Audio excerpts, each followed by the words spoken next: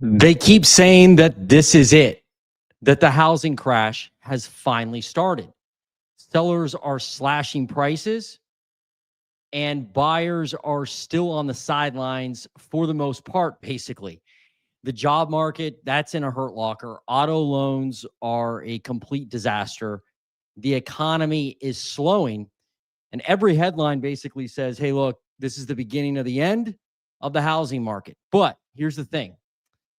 Right now, home prices are still up 1.9% year over year, according to the latest Redfin data.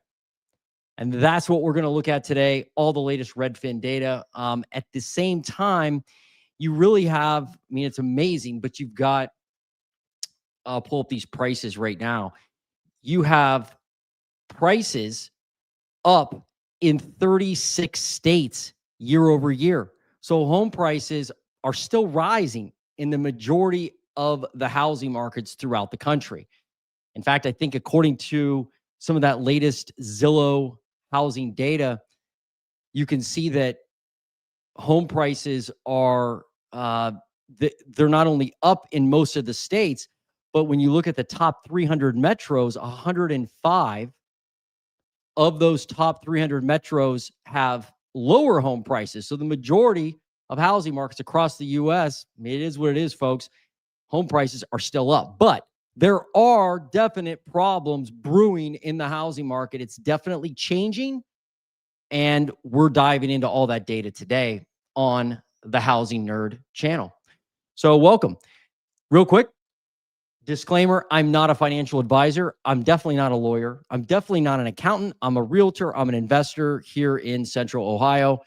And yeah, I'm not a crash bro. Certainly not a crash bro. I'm not a cheerleader either. I'm not going to tell you that, you know, you got to run out and buy real estate. And at the same time, I'm not going to tell you that you should stay away from the housing market because it's never been so toxic. And I would never tell you that wait on the sidelines. I will tell you when to buy. I'll never tell you that because I don't know your situation. I'm not you. But I am going to give you the data today. So we're going to run through the data really fast. I've been getting some comments that, hey, Housing Nerd, I wish that you would just get to the data fast, go through it instead of all your blabbering and conversations with the viewers.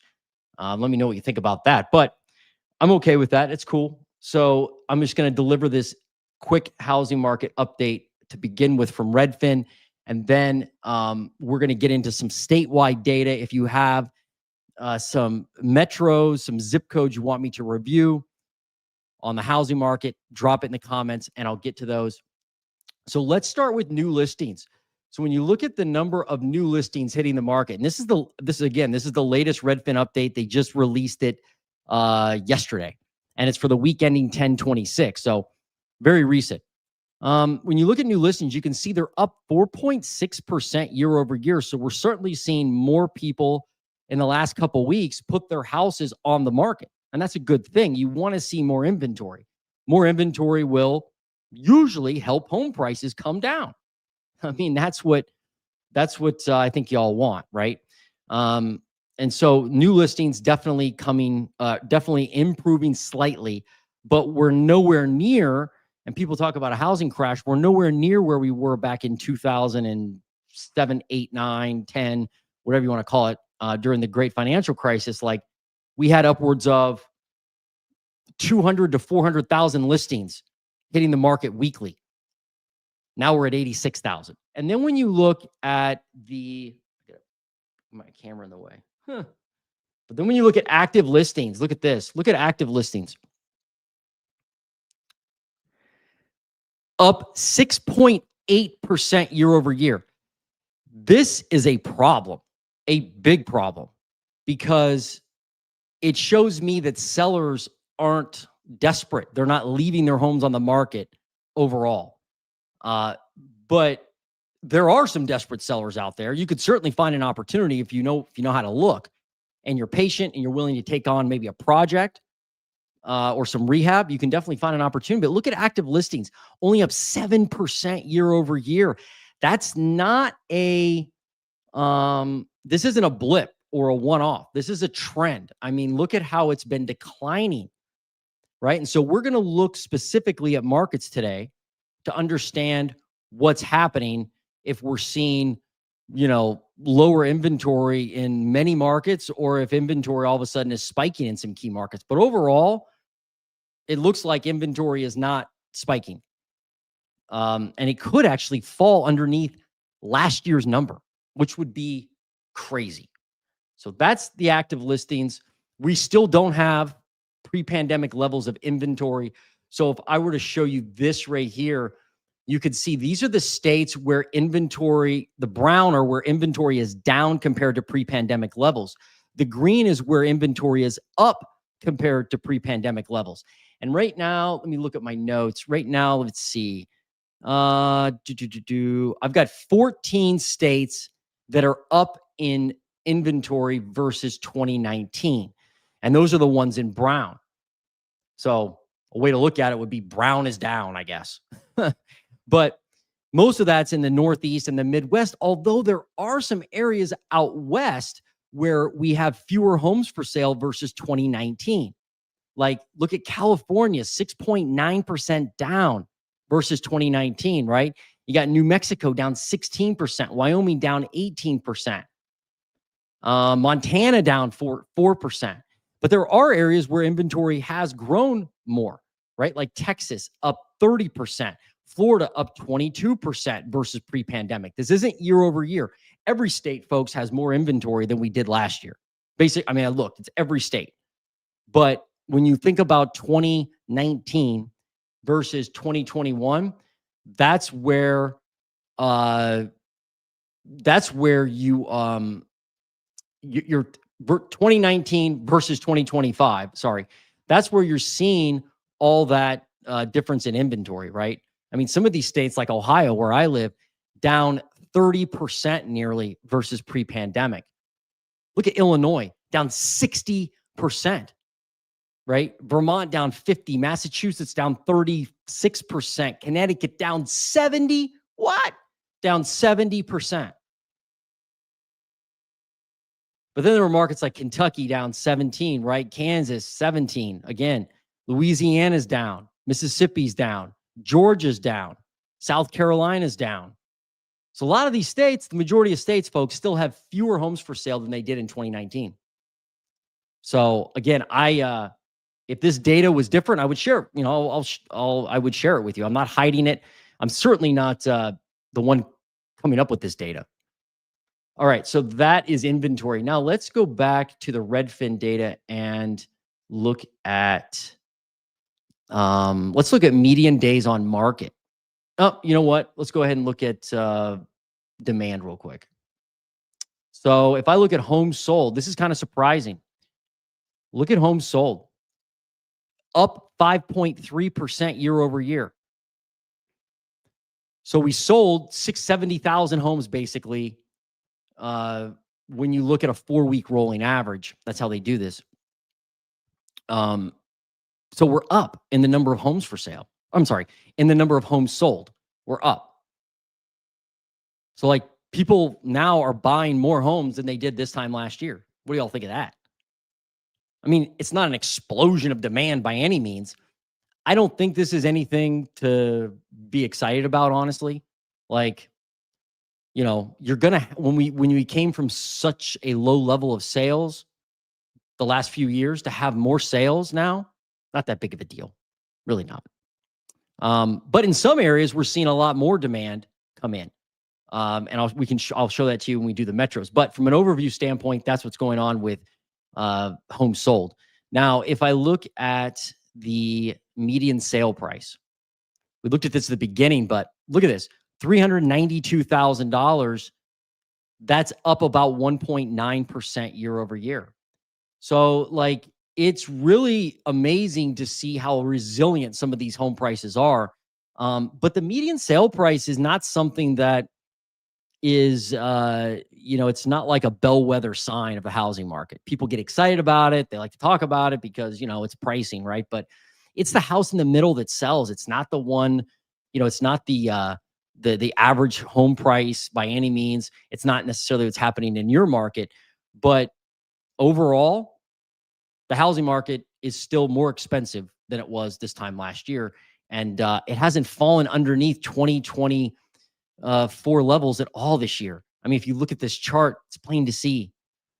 We're just not seeing the decline in median sale price. So when this starts to fall, I'll be here with you to report it. No doubt about it.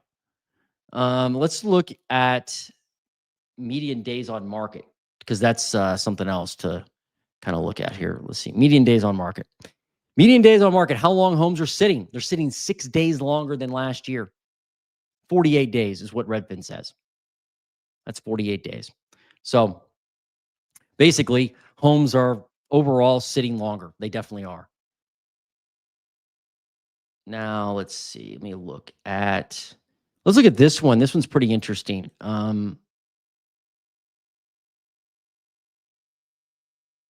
Average sale to list price ratio. Look at this. So people are getting about a 90, they're getting about a 1.7% discount. That's what this means. Buyers are paying 98.3% of the final list price. That's not the original list price. That's not what that is. That's the final list price. So if you go back to 2022, look at this. People were paying 103% of the final list price back in 2022. But it fell quick. I mean, you can see how all of a sudden people stopped doing that, and then it never obviously got to that level again over the last couple of years. But even last year, it was what? 98 point, let me see. Last year was 98.7 about, so now it's 98.3. So it is down.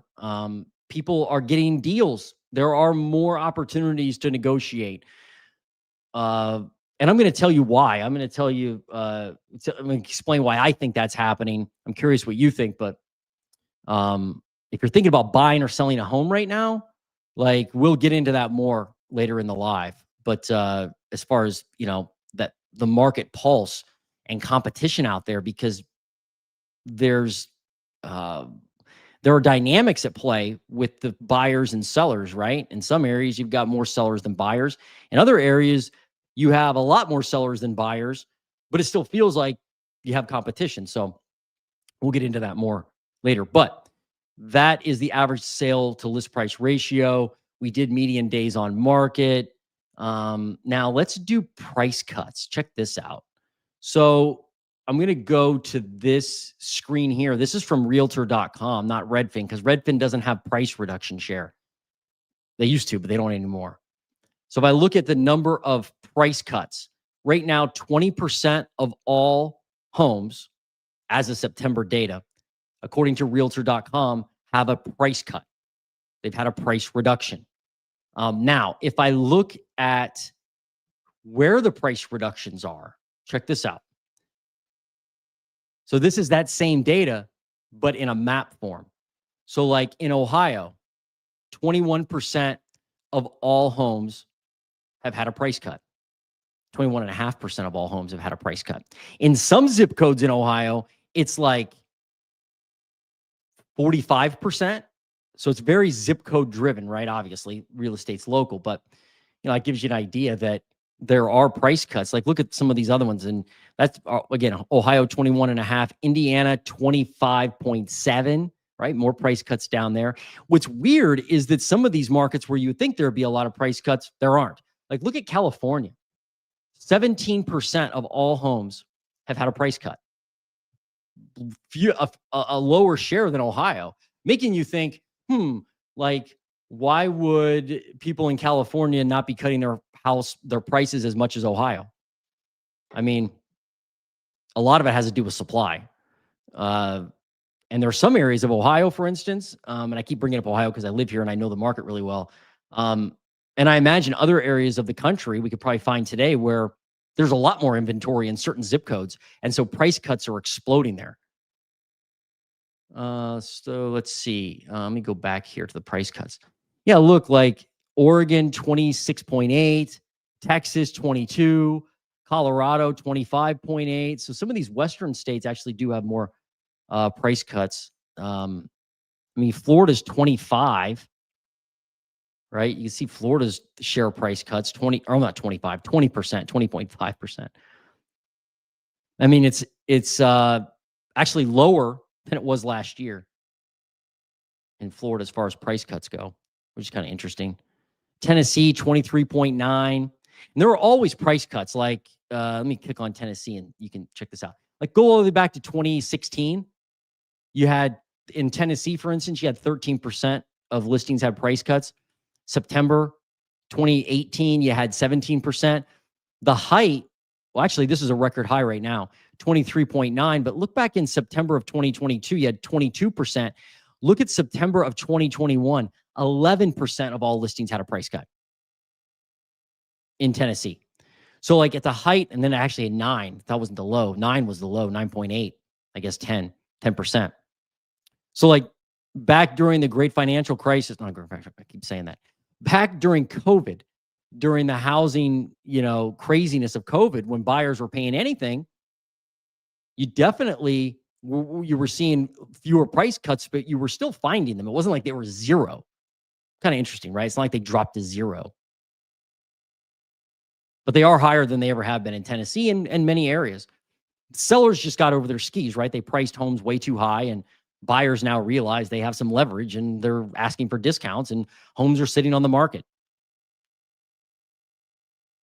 So let me pick on another state here real quick. Like, let's look at one where there should be a lot of pain. Where am I going to go? Let's go to Colorado. Yeah, Colorado, look at this. 25.8% of all listings had a price cut. If you look at last year, 24.1. The record was in 2022. Look at this, 27.5. Back in 2022. That's a good amount, right? So a lot of price cuts in Colorado, as they are everywhere. Okay, so that's a price cut situation. Now, let me go back to, let's see. We did inventory.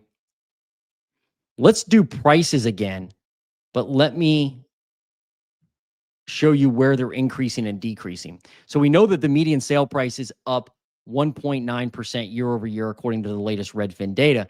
But now let's look by states and see what we can find. So like, if you look at overall, the Northeast, the Midwest is still seeing decent price appreciation. Like Ohio, 3.6% increase year over year in home prices. That's certainly better for buyers than we saw back in 2021, where it was 15%, right? Which is not sustainable. So prices in Ohio are resilient. They just are. I keep seeing this over and over again in a lot of the Midwest and West, or Midwest and North. Like look at Connecticut, for instance, right? 3.9%. They were at 17% at one point. Increase of home prices year over year. So while you're having price reductions all over the place, more than we've seen in a long time, it's interesting that the median sale price continues to grow. Why is that? Well, because even with these lower, even with the sellers slashing their prices, and even with more inventory, homes that are selling are still selling for more than they did this time last year overall. And in most of these states, right? I mean, it's the majority of states still have prices up year over year. Like some of these are really surprising. Like for instance, Wyoming, 4.6% increase year over year in prices. I mean, Colorado is only down 2.2%. At one point, they were up 19% in September of 2021. They were up 19% year over year in home prices. That's obviously not sustainable. Then they dropped and they were like, look at this, down 5, down 4 in 2023. Now down just, 2.2. So is that a crash? Has the crash finally started? I mean, I don't know if that's a crash. I guess if you bought at the peak, if you bought like back in this area in Colorado, then yeah, it probably feels like a crash. I mean, this thing went, look at the chart, woo, straight down. So it could feel like a crash. There's really no definable metric for a crash, but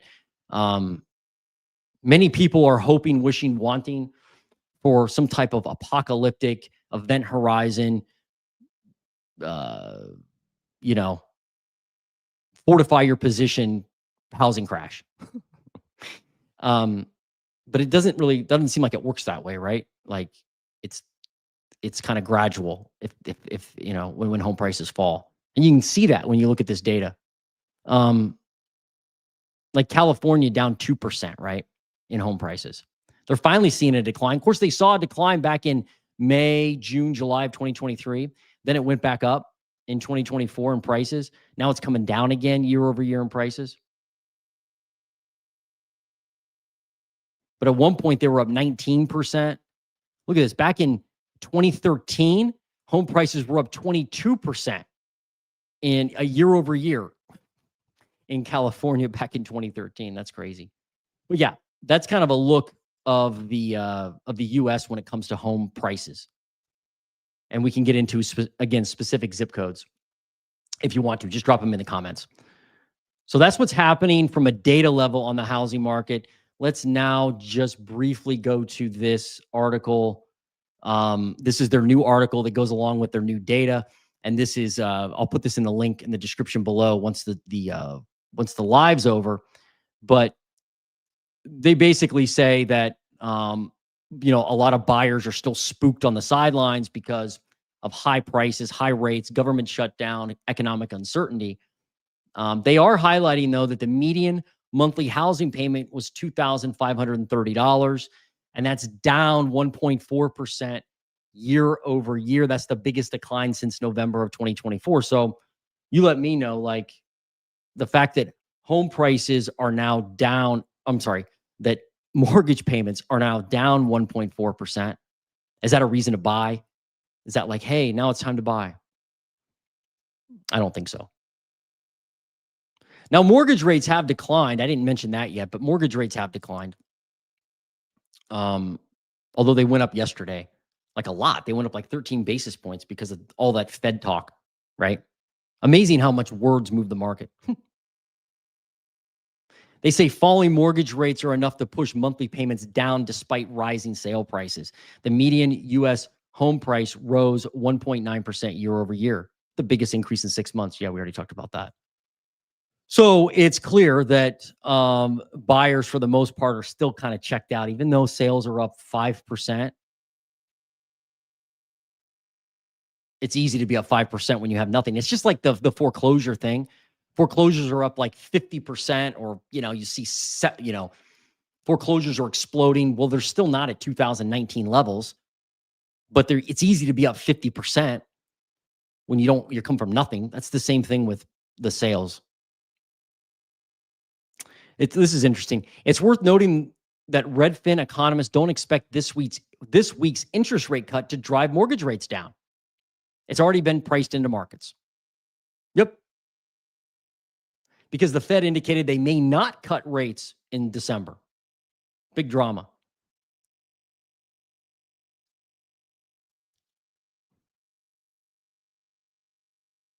Home buying demand is still lackluster, but some house hunters are creeping off the sidelines. Pending home sales are up 1% year over year, and purchase applications are up 5% week over week. Redfin agents report some would-be buyers are hoping rates drop below 6% before moving forward, and others are spooked about widespread economic uncertainty. Told you. By the way, happy Halloween. It's one of my favorite holidays. On the selling side, more people are putting their homes up for sale. New listings are up 4.6% year over year. That's the biggest uptick in 5 months. And they're hoping buyers will pounce on lower rates. It'd be awful having to write this every week. Like, imagine the people that read it and go, I don't like that language. You got to change it. Redfin agents advise sellers who want to offload their home as soon as possible to price it fairly from the start and be open to negotiations. No, as we would say back in school, no duh, right? No duh. Like, you have to price a home competitively if you want to sell it, and you got to be open to negotiations. Those days of like, I'm a seller, this is what I want, F you if you don't give it to me, somebody will, those days are over. If you're not pricing your home competitively unless there's some reason why you're not, like it's got an indoor basketball court, you're not going to sell it fast. And you'll realize that when you have to lower the prices. They say, do your research, price your home correctly from the beginning. Very good advice. The longer your house sits on the market, the lower the sale price. The lower the sale price will probably be. Sellers who price too high will watch their home linger on the market for several months, and they'll be forced to cut their price unless their home is in perfect condition and located in a highly desirable neighborhood. With more sellers than buyers out there, buyers are picky and have negotiating power, especially if their purchase isn't contingent on selling their previous home. That is I'm seeing that a lot. Like you're seeing cancellations of contracts a lot right now because sellers, are like, well, actually buyers, I guess, are walking away from deals because they can't sell their current home to buy that next home. So they have to, so their purchase contract on that next home is contingent on them selling their current home.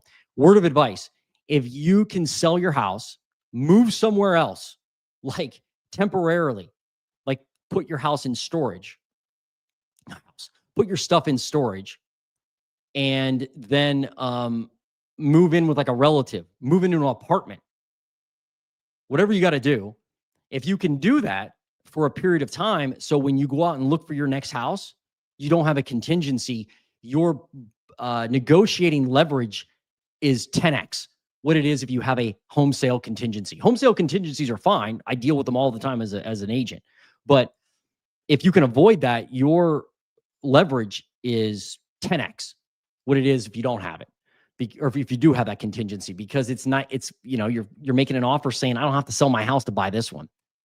So, and it allows you to jump on an opportunity when you find it. You do have to move twice, right? Which stinks. And you got to put your stuff in storage. That stinks. You got to move with a relative. They probably don't want you there. But it's just a strategy I'd like to point out. Okay, so word on something y'all need to think about when it comes to the economy, which I don't talk about a ton, but look at the well, let's go down here and look at the mortgage purchase applications. So mortgage purchase applications are up 5% from a week earlier. They're up 20% year over year. This is for purchases, but refinances, there's something to the nature of, I think it's like y'all probably know better than me, $5 to $7 trillion of equity in the housing market right now in the US. One of the things I never hear anyone talk about right now, hardly anybody, is the fact that if rates continue to come down, like let's say they stay in the low sixes, let's say they don't come down, they're just in the low sixes. We know that refi applications are through the roof right now to actually refi, not buy. It's possible, and tell me what you think, but I think it's possible that a lot of these folks that may be in trouble financially or not in trouble, they just refi a property, maybe a second home, maybe a primary home, and foolishly, they go out and spend the money in the economy by taking a trip, probably to Disneyland, right? That's the cliched, cheesy trip people take with their refi money. They're like, hey, I just refi and got 50 grand. Now I'm going to go ahead and take a trip to Disneyland. They'll buy a car, probably an overpriced car, right? They'll put in some kind of luxury item in their house, like a pool, or, the wife wants it's not always the wife, a lot of times it's the husband too, wants a new kitchen. So they're like, we're going to redo our kitchen. Okay. And they spend all this money in the economy. Do you think that's going to have any effect on the overall economic condition of the US? Like all of a sudden, you've got all these people unlocking equity and spending it stupidly in the economy. I think that could be coming. Now, some of those people could be folks that are in trouble, and they got to they got to refi to pull that cash out because they got to pay off bills, pay off credit cards. Now, I'm not advising that you do that by any means, but it is reality. If they were smart, they'd pull that equity out if they wanted to pull the equity. Not saying they should, but if they pulled the equity, they could actually, maybe use it to buy another property. That would be the smart thing to do, or smarter than wasting it on a trip or a car. But people are stupid. Like, consumers are dumb. They're just going to, if anything, they're predictable. Anyway, that's my Redfin update overall. Like, that's it from a standpoint of the high level, what's happening. I gave you all the stats. So if you're one of those folks that comments and says, housing nerd, your lives are too long, you ramble too much, fine. You got the first little bit of the video. I went through all the data. Now, if you want to stick around, we're going to review some specific markets. I've got an article to review on institutional buyers that completely shocked me. This is a crazy article I'm going to show you. And and then we'll have some time for like question and answer and normal BS about the housing market. Let me just check some comments, see if anybody commented. I don't know if anybody did.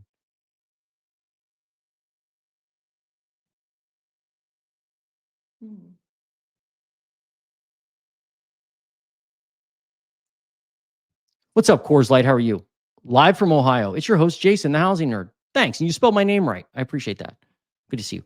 Brenda A., can you check out Concord, California? I certainly can. Yep, I've done that. I've been there many times. Brock Fabro. Brock's a great mortgage guy. If you're looking for a mortgage, especially here in Ohio, Brock's got you covered. I'm sure he'll put his contact information down, but he's somebody I know here locally and does a good job. Rates are improving, seeing more refinances, need more buyers. Yeah, I'm sure you are seeing more refinances. We just talked about that. As a person still on the sidelines, rates are not a concern for me. The price is the main factor. Although I'm looking at moving to a more favorable area for housing. You can come to Ohio? You could. Although taxes here are a nightmare. The data for Cali you've gone over indicates that inventory isn't exploding and price drops are only 17%. I'd like to see the data on how many people have refinanced since 2019. Did they stack dollars? Oh, yeah, good question, Coors Light. I don't know. Maybe Brock knows, but I don't. I don't have that data on a chart of refis. What's up, Lisa from Kingman, Arizona? I asked the wife about buying a house in Lake Havasu, and she was like, no. So she shot my idea down the tubes. She actually thinks we're going to rent, and I think we probably will as we get older. Just no maintenance, and I don't know. Not sure I want to be tied down to any location. But if anybody's looking for a house right now, contact in a warm climate, contact Lisa, because she's telling us that homes, like, there's all kinds of opportunity in Kingman and Lake Havasu, which is a really cool area. It's very slow here. Wow. That says a lot from a realtor. See, not all realtors are cheerleaders. You got somebody who's like, hey, this is the practical thing going on. Hey, Lisa, maybe you send me an email if you're interested in doing a video. I'd like to do a video with you, maybe, understand more about the Kingman and Lake Havasu market. With people losing jobs, I think more people with jobs are going to pull back on spending because they might become scared of losing their job also. Very possible. Very possible, right? What's up, Lisa? Great memory, smart wife, ha ha ha. Yeah. I'm honest and straight up. I think it sounds like you are. You're like, hey, the market's slow here. There's a lot of sales. Good for you. Okay. Somebody wanted to know about Concord, Arizona. Concord, California. All right. Concord, California. Let's do it. I'm going to go to the Resi Club Terminal to do that. It's kind of a cool name, right? Resi Club Terminal. Let's do Concord.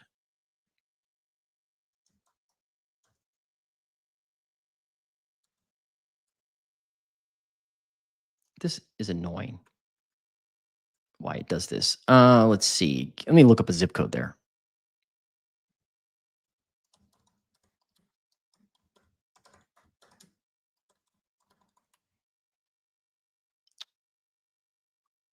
Nine four five eight one. No, 94518.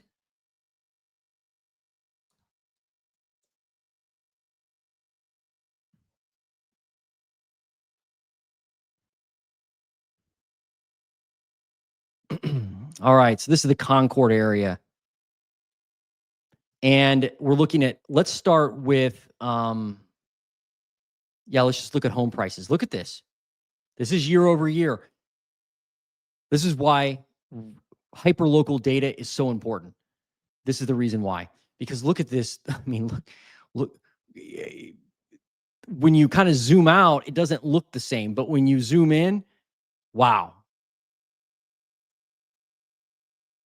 94518 is Concord, or one zip code in Concord. And by the way, Brenda, if you can tell me what zip code you want, that'll help me, because sometimes they don't have the cities, in here. It's just like goes by zip code. But if I look at this particular zip code, 94518, you could see you're down 4.4% in home prices year over year. And, you go back into the 2020s, 2021, 2022, you can definitely see you had 16, 20% home price growth year over year. So big difference compared to now. Let me see if you responded yet. But yeah, Brenda, if you can just give me a zip, that would help. I'm using this one right now, so hopefully that helps you. Let's look at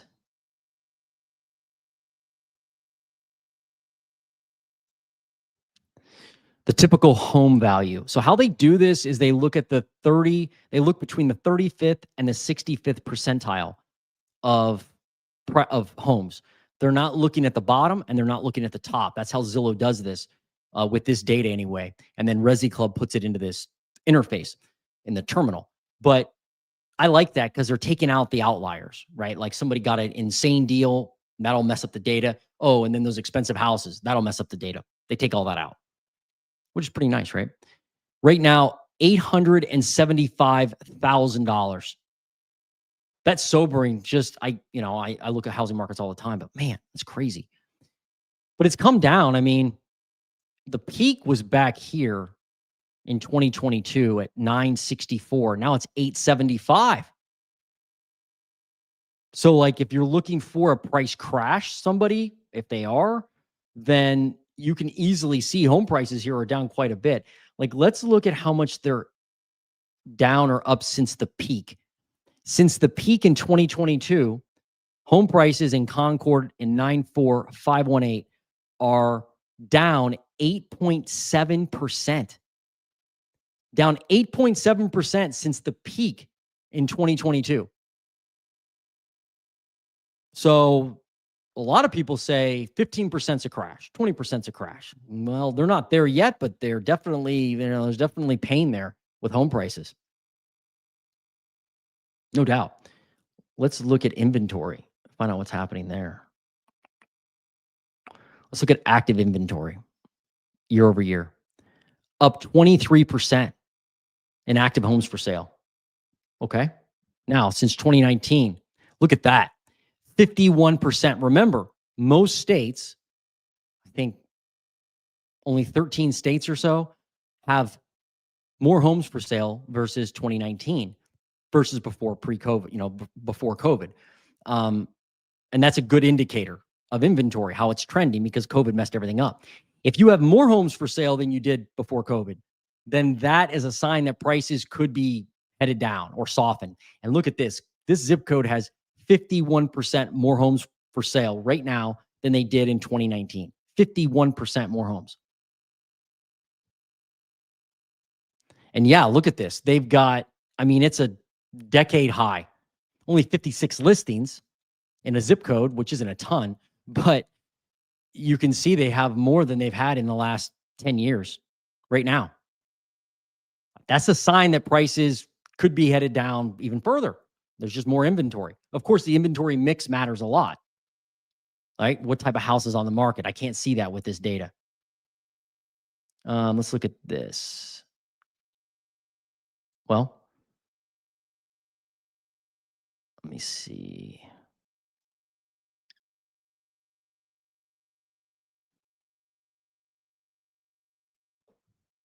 Sorry. I want to look. Oh, yeah. Price reduction share. 18%. of homes have had a price cut. Okay. So it's not an insane amount by any means, but nonetheless, prices are coming down. Let's look at pending listings year over year. That's basically the demand, down 11%. 11% fewer people going into contract. What about new listings? Up 25% year over year. But with only 50 some listings, it's easy to do that. How about median days on market? Only up 2 days. So homes are sitting about as long as they did this time last year. Let me look at median days on market. 42 days right now, they're saying, takes to sell a home. Okay, that's not an all-time high by any means. I mean, December of 2024, you had 64 days on market. January of 2023 had 65 days. But it's 2 days longer than last year. I don't know if that tells us much, but let's look. Let me find out if you've put in your zip code. No, you haven't. Okay. So I'll zoom out for a second and see if we can find another zip code that's interesting there. If I look at, let me go to prices versus 2022. Wow. I mean, some of these zip codes are down a lot. Like, look at 94517 right next door. Well, it's a couple zip codes over. Down 11% since 2022. And some of these other ones throughout that Concord, North Bay area, I mean, they're down 20% since 2022. This one's down 28%, this zip code and home prices. Whoa. Yeah, some of these are down a lot. I mean, there's a lot of red out there in Northern California when it comes to, and if you go further north, it gets worse into like Ukiah and Humboldt, stuff like that. Look at this one, 95140, down 23% since 2022. So people talk about, housing crash is coming. I think they're looking for like, I don't know, some kind of event horizon where the whole world is down with home prices. But there are prices that are down a lot right now. They exist. They exist. Okay, that was for Concord. Thanks for suggesting that. I have not done that area before. Okay, now let me got another one. Josh Hall. I know a Josh Hall. I don't think you're the same Josh Hall. Maybe you are. Forecast for Citrus Heights, California, Sacramento, 95610. Let's check it out. 95610.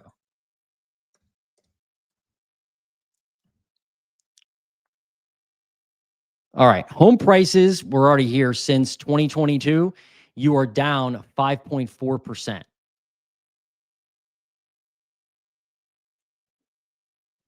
Since the peak in 2022. Let's look at year over year. How are you doing? Year over year, down 1.7%. And you've been down like the last couple months. You've been down. Before that, you were up slightly, up 5%, 4% back in 2024. You were down in 2023, a lot of the year. But yeah, look back in September of 2021, you were up 20.5%. So big difference, right? Big difference where prices are now. Down 1.7 year over year. Let's look at the typical price. Typical home price, $508,000. Again, that's between that 35th and 65th percentile. So that's the typical house, is what they call it.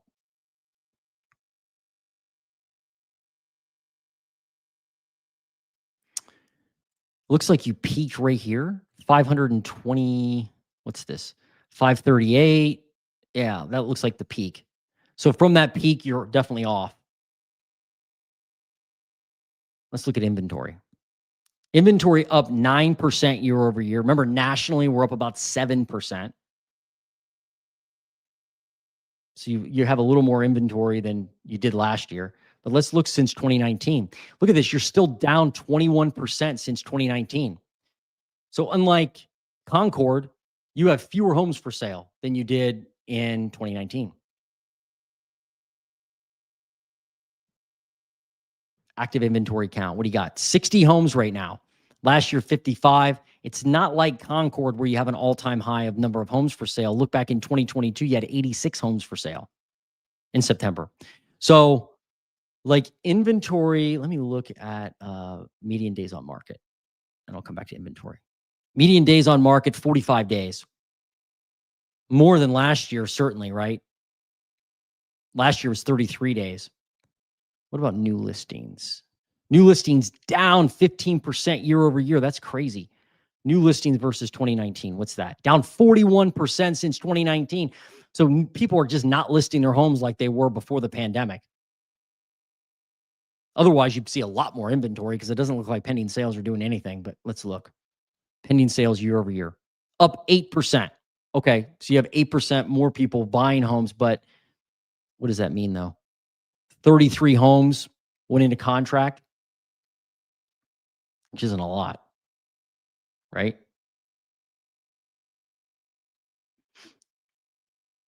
Let me look at price reductions. How's that doing? 25.2, much higher than the national average. Back in 2022, though, look at this. 34% of all listings had a price cut. Geez. At one point, it got to 39, almost 40%. That's when the Fed, rate at this point is when the Fed raised their rate and mortgage rates went nuts, right? Mortgage rates went crazy, not because of the Fed necessarily, but mortgage rates went high quickly, or they went straight up. And when that happened, people went crazy putting their homes on the market. And a lot of those people had to cut the price, and that reduced the, that certainly had an effect on home prices and inventory. But let's look at prices. Let me look at the typical home value. 2022. Yeah, right here, right? Like look at 2022, it peaked as it did in many markets, and then it dropped because there was a ton of inventory that hit the market right then. Right? Look at this. 86 homes on the market at one point in 2022, and then straight down. That inventory went up and then came down. And prices did the same thing. I would say, because you asked for a forecast, right? Which is it's always tough to give in a housing market. But if you continue to build inventory, and the sales stay the way they are, it looks like about half the properties that were listed, half the number of properties that were listed actually went into contract, meaning some were added to the market, and that increases inventory. If you continue to increase inventory, unless sellers are listing homes and being realistic with prices, and unless buyers can afford those prices, you're going to see inventory build, and you'll see further price reductions eventually to the point that home prices will be reflected in those numbers. But it could take a while. I don't know what the market dynamic is in the winter in this zip code. I don't know if people stay away from the housing market during the winter. I'm not sure. I would tell you though, depending on what you want to do, if you want to buy or sell or whatever you're after, if you're looking to buy, this winter could be one of the best times to buy because you have fewer competitors out there. You don't have as many people wanting to buy a home, than traditional markets. And if you can go out and find something that you like, and it's been on the market a while, and there's been price reductions, make a disrespectful offer. And if you do that between Thanksgiving or now and January 1st, a lot of people are checked out. They're like, I'll look at the housing market in the spring. So at least around here, that's the way it is. But every market's different. So I would watch that inventory number, Josh. I would watch the new listings. I would watch to see how many homes are hitting the market and how that inventory is trending. I wouldn't necessarily pay attention to prices as much as that inventory for the type of house and the price point you want to buy in. And if you're a seller or you're selling a property there, I would certainly want to price it competitively. right? So people look at it and go, oh, that may be a good deal. Like, let me go look at it versus pricing it so it's outlandish. And people, you'll know as soon as you list a home, you'll know. People will either come see it or they won't. And if they don't want to see it, it's because the price is too high, generally speaking.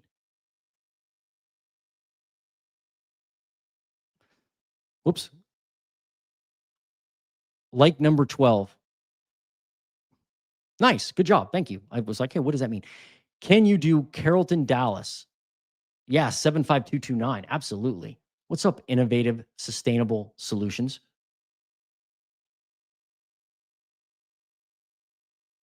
Is that like a solar car or something on your picture there?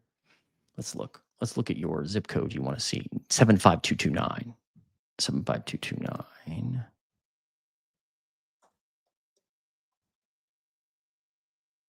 In Texas.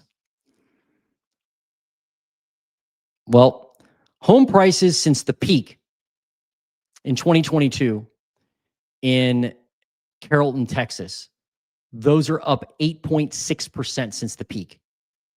So way different, right, than what we saw. I mean, a swing of 16% difference compared to where we just were in California. Let's look at home prices year over year. Up 1.5% in 75229. See, many people say Texas is crashing, Florida's crashing. People don't usually say California's crashing, although we saw some pretty brutal numbers just now. But in Texas, in Carrollton, Texas, home prices are still up, just up 1.5%, but they are still up. They're not down. Let's look at the typical value. And if there's something specific you want to see in these numbers, tell me. I may have it because I don't go through all the metrics. And I'd like to know your situation when you put in your zip code. Tell me what you're trying to do. Like, are you buying, selling, investing, just curious? That way it can tailor the analysis to what you're looking for. Let's see, median sale price or typical home value price, which is, I guess it's like the median in a way, 706, 516, $706,000. Wow, that zip code's expensive. I mean, Houston is like, what, 350? I don't think the median sale price in Dallas overall is that expensive, but in that zip code it is. Goodness gracious. So it's not, it is more than the peak, it looks like. I mean, right now it looks like it's an all-time, is it an all-time high? Not an all-time high, but all-time for, if you go back to 2022, it's certainly higher, right? In 2022, you were at 644, now 706. But it goes down every winter. It just does. You can see these dips every winter, it goes down. That's how home prices are in a normal market. All right, let's look at inventory. Active inventory year over year. Up 17% year over year. Most people are, or most areas are. That's okay. But you're down 31% since 2019. Fewer homes than before COVID. And that's counterintuitive to what the state's doing. The state is up compared to COVID levels. You just must not have as much inventory hitting the market. Let's look at median days on market. How's that doing? Up 9 days. So homes are sitting 9 days longer. Probably why you're seeing slower home price growth. Let's look at new listings. Are you getting more new listings on the market? You've got 15% fewer, almost 16% fewer new listings than 2019. So you're probably up in new listings year over year, right? Yeah, up 22% year over year in new listings, but it's not where 2019 levels were yet.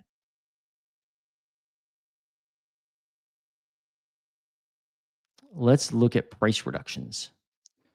Price reductions, 22.4% of all homes have had a price cut. So there are price cuts there. And it looks like there's been price cuts there all the time. I mean, go back to 2017. Look at that. 38% of homes had a price cut. Wow. In 2019, 38% of homes had a price cut. Geez. So this is actually low for the number of homes out there comparatively, like the share of homes with a price reduction. I don't see that very often. I wonder what's happening with that. I wonder why you have fewer number of homes comparatively with a price reduction. People must not need to sell that badly, I guess. Or maybe they're pricing their homes right. I don't know.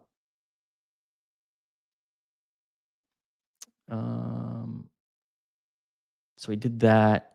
Let me look at here. I'll look at this. This will be maybe interesting to look at. Since I didn't do this on the other zips, maybe I should have.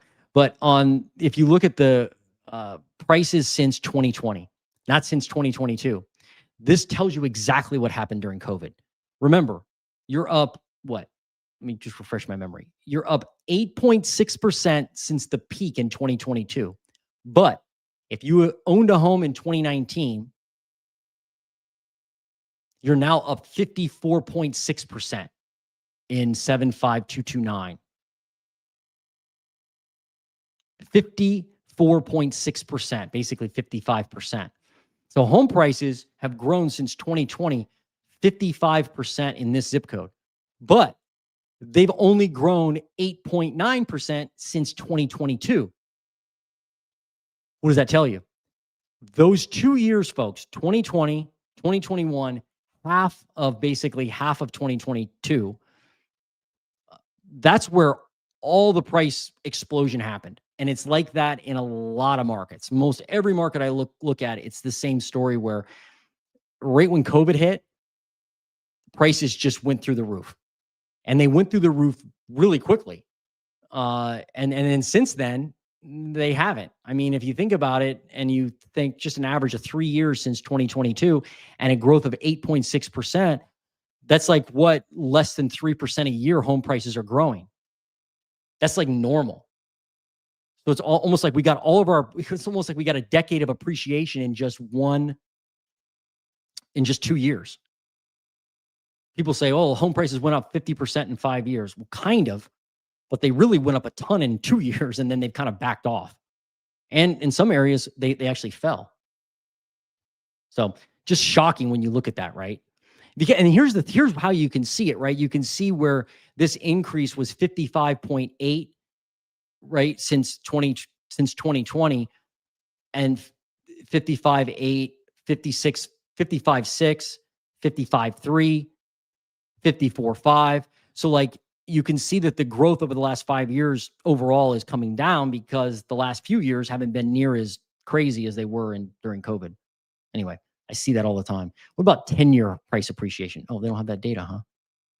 No data available for that. Oh, well. I always think that tells a pretty interesting story of a market when you look at prices compared to 2022 and 2020. And by the way, you could subscribe to the Resi Club terminal if you wanted to. If somebody's like, hey, I want that data, I want to see what Jason sees. You can. I think the price now is $500 a year. I think that's where the price comes in. Or you can just, keep watching me. And I have permission to share it. And I decided to bite the bullet and spend that money. It's all a write-off though, right? Right? It's all a write-off. I love when people say that. Who's writing it off? I don't know. People do, and they know who they are. Best time to buy here is holidays. Very good, Lisa. Yeah, that's same here. Like I found a lot of my deals in the winter, like the nastiest days, like those days where you're like, nobody wants to go outside today. That's when you go look at houses, especially when it's raining. If you can go look at something when it's raining, then you know what's happening in the basement. You're like, aha, got some problems here. I smell a discount. Yes, that's my solar car. Whew, that's pretty cool. Neat stuff, man. Buying, all cash, bargain hunting. Awesome. I love it. You're buying. Okay. Well, that's good to know. And you're stuck in this zip code, right? You're buying a single family house, I assume? Good for you. Good for you, Innovative Sustainable Solutions.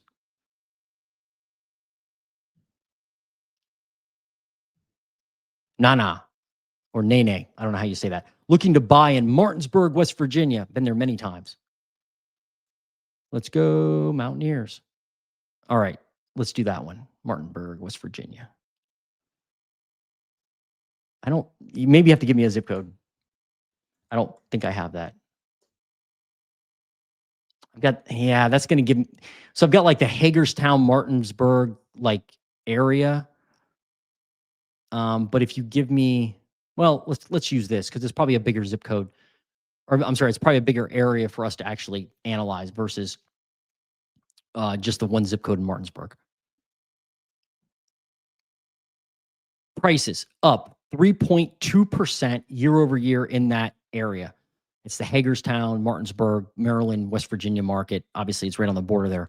But you are up 3.2%. Let's look at home price shift since the peak. You're up 10% since 2022 in home prices. So you're up a little bit year over year, up since the peak. What did they do since 2020? Up 53% since 2020. Again, most of that growth happened.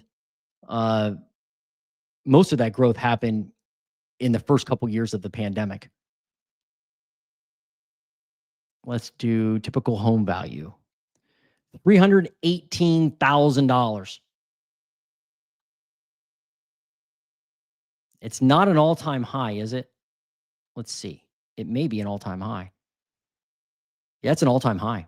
So you have an all-time high home price right now in Martinsburg, West Virginia, or Hagerstown area. Goodness. I wonder if Martinsburg's less expensive than Hagerstown. It may be, but man, it's an all-time high with home prices there. Goodness. So any of the DC pain doesn't look like it's hit there yet. Well, but let's look at inventory. You've got 38% more homes for sale. So that's good. You're adding inventory. It depends on what you want to do. Oh, you told me, right? You want to buy. Didn't you say that? Yeah, looking to buy. So more inventory is good for you. That's really good. You want more and more inventory. Let's see active inventory. You're still 35% below pre-pandemic levels though. So you've got some, ground to make up, but you can only do what you can do. Obviously, you can't control the inventory levels, but nonetheless, watching that inventory is important. It's vitally important to the housing market. Active inventory count. This kind of looks like an East Coast market because you have 937 homes right now on the market. But if I go back to COVID, you only had 454 homes at one point. So that's why you're still under, that's why your inventory is growing. But if I go back to 2019, you had 1,453 homes. So imagine having 500 more homes to choose from right now. That would make a difference. And I'm guessing it would.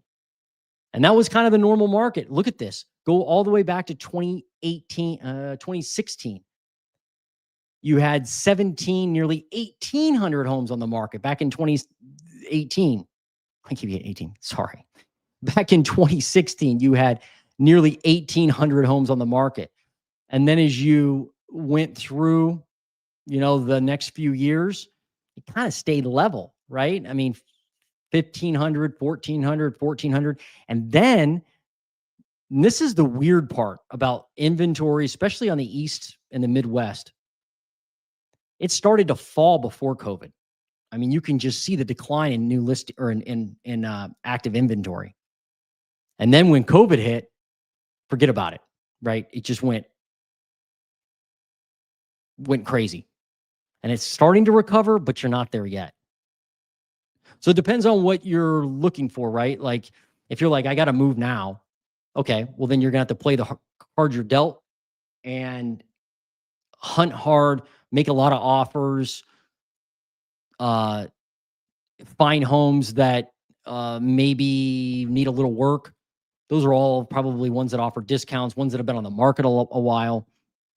But if you aren't in a hurry, then the world's kind of your oyster. So you're like, all right, right now we have more homes for sale, probably going to be able to, have a better chance of finding a deal. But if you can add more homes or you can wait until there's more inventory, you probably even have a better opportunity.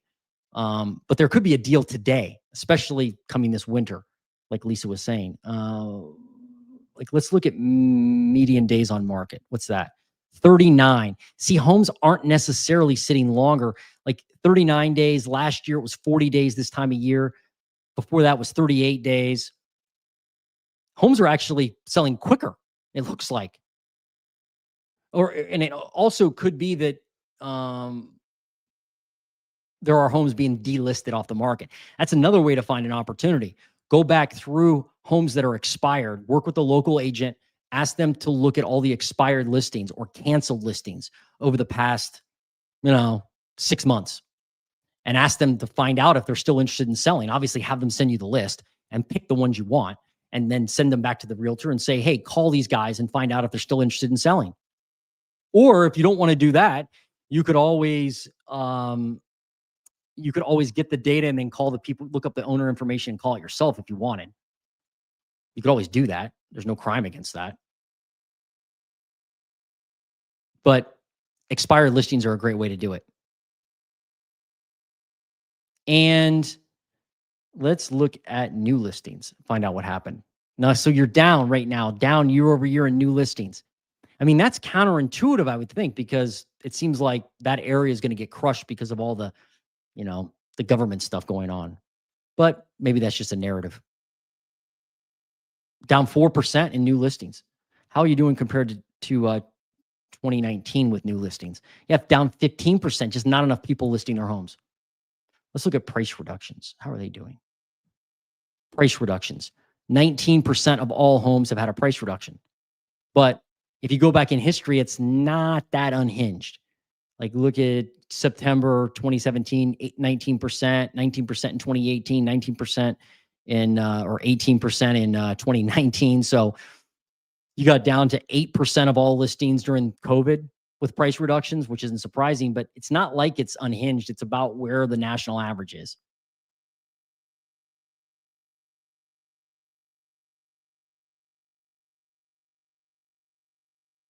So the other thing you could do that somebody did just commented on my channel recently is write letters. I had a viewer on my channel.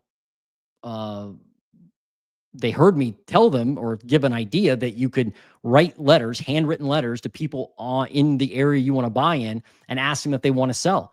And this particular person, I don't know who they are exactly, but they said they wrote letters to the people who live near them. And maybe they rent now, I don't know. And they're in contract now to buy a house. So like if you just pick out the houses that look like, hey, that one looks kind of maybe forgotten about, or even if it isn't forgotten about and you're like, I just like that house, write a letter to the owner and say, hey, I'm just a local person and I'm interested in maybe buying your home. If you're interested, in selling, give me a ring, shoot me a text, whatever. Make sure you answer the phone. Do not answer the phone because that's the death nail for that type of activity. You have to answer the phone when they call because most people won't leave a message. And then maybe you can find a deal off market. If I had to find a home right now to live in or invest in, which is what I do, I definitely write letters. That's how I do it. And as a homeowner, you have an advantage over investors because a lot of people would rather sell to a homeowner than an investor. So writing letters is a good way to do it. All right, that's Hagerstown, Martinsburg. And by the way, let's just real quick see what's happening with DC. Home prices in DC are up 0.9%. I'm just curious on how they've done since the peak. Since the peak, home prices are up 3.4% in DC. And since 2020, home prices are up 30%. Not as crazy of a growth number as we saw in some other markets. What's going on with inventory, though? I'm just really curious about DC since we're over here.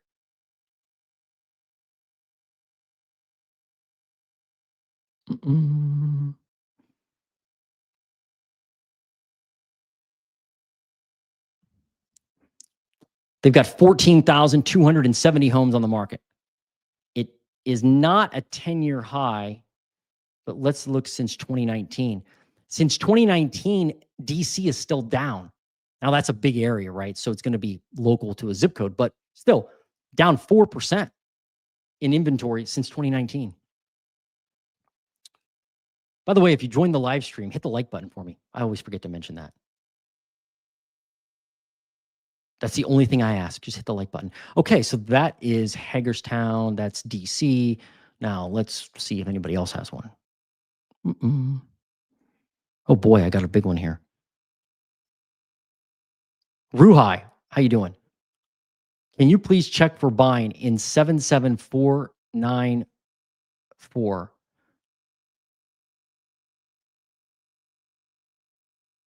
Oh, you give me an address. 3115 Hillside Landing. 3115. That's the address, I assume, of the house you want to buy?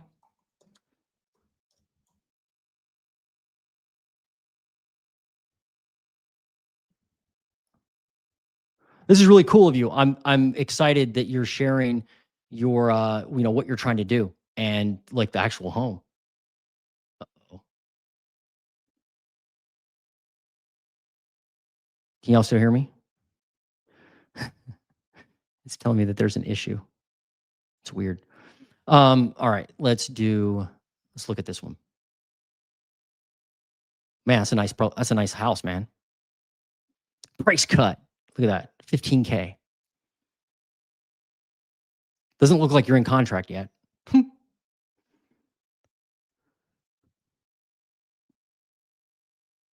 Tucked in a gated cul-de-sac. I know Katy's a nice area. I have heard that. I don't know the market specifically, but how long has it been on the market?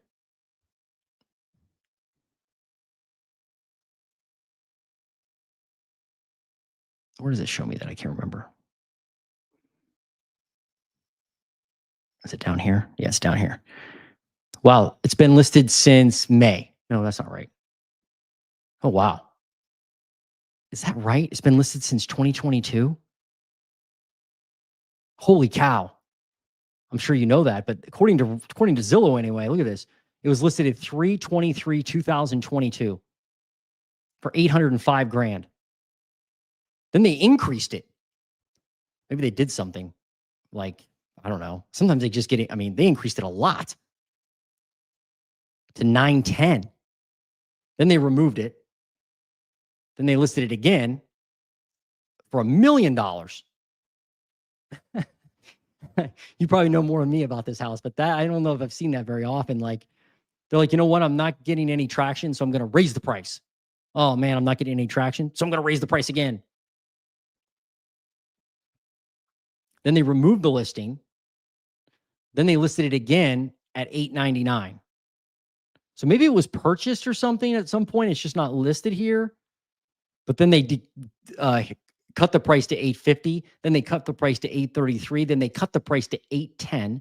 Then they cut the price to $795.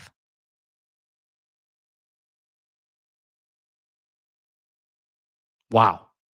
So, I mean, one could say that it's a $200,000 price discount, right? From $1 million to 800. Whew. What about property taxes? Where are they like out there in that? I mean, they actually went down. I mean, I don't know if y'all have ever seen that before. Look at this. Property taxes went all the way up to $12,814 on an assessed value of $776. Something happened because all of a sudden, maybe, yeah, I don't know. Something happened because the property taxes went down to $9,000. Maybe somebody protested it. I don't know how they could protest it. I mean, and get that kind of reduction, but they did. Or something happened. I've never seen property taxes go down that way.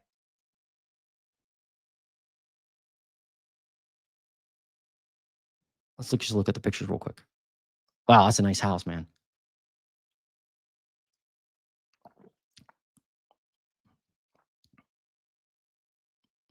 It's like a split level.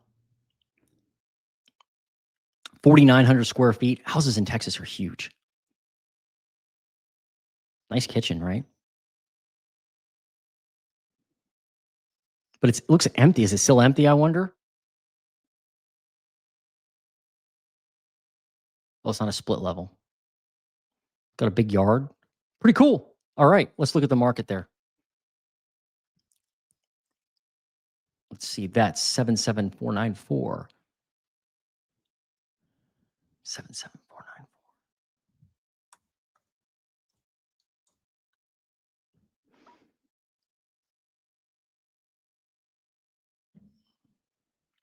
All right. In that zip code, I guess that's Katy, Texas, homes are down 1.6% year over year. And let's look and see what they've done since the peak. Since the peak, you're up 1.2%. So you're not down. A lot of markets in Texas are down since the peak. You're up 48%, nearly 49% since 2020.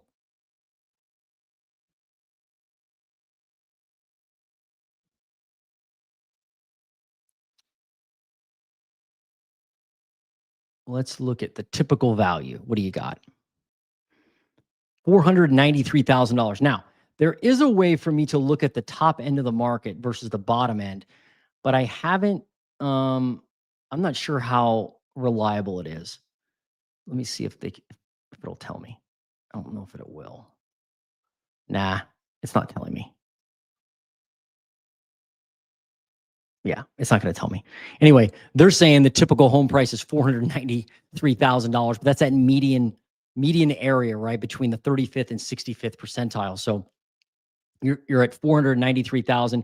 It peaked at 501. It looks like around there, 501, 504.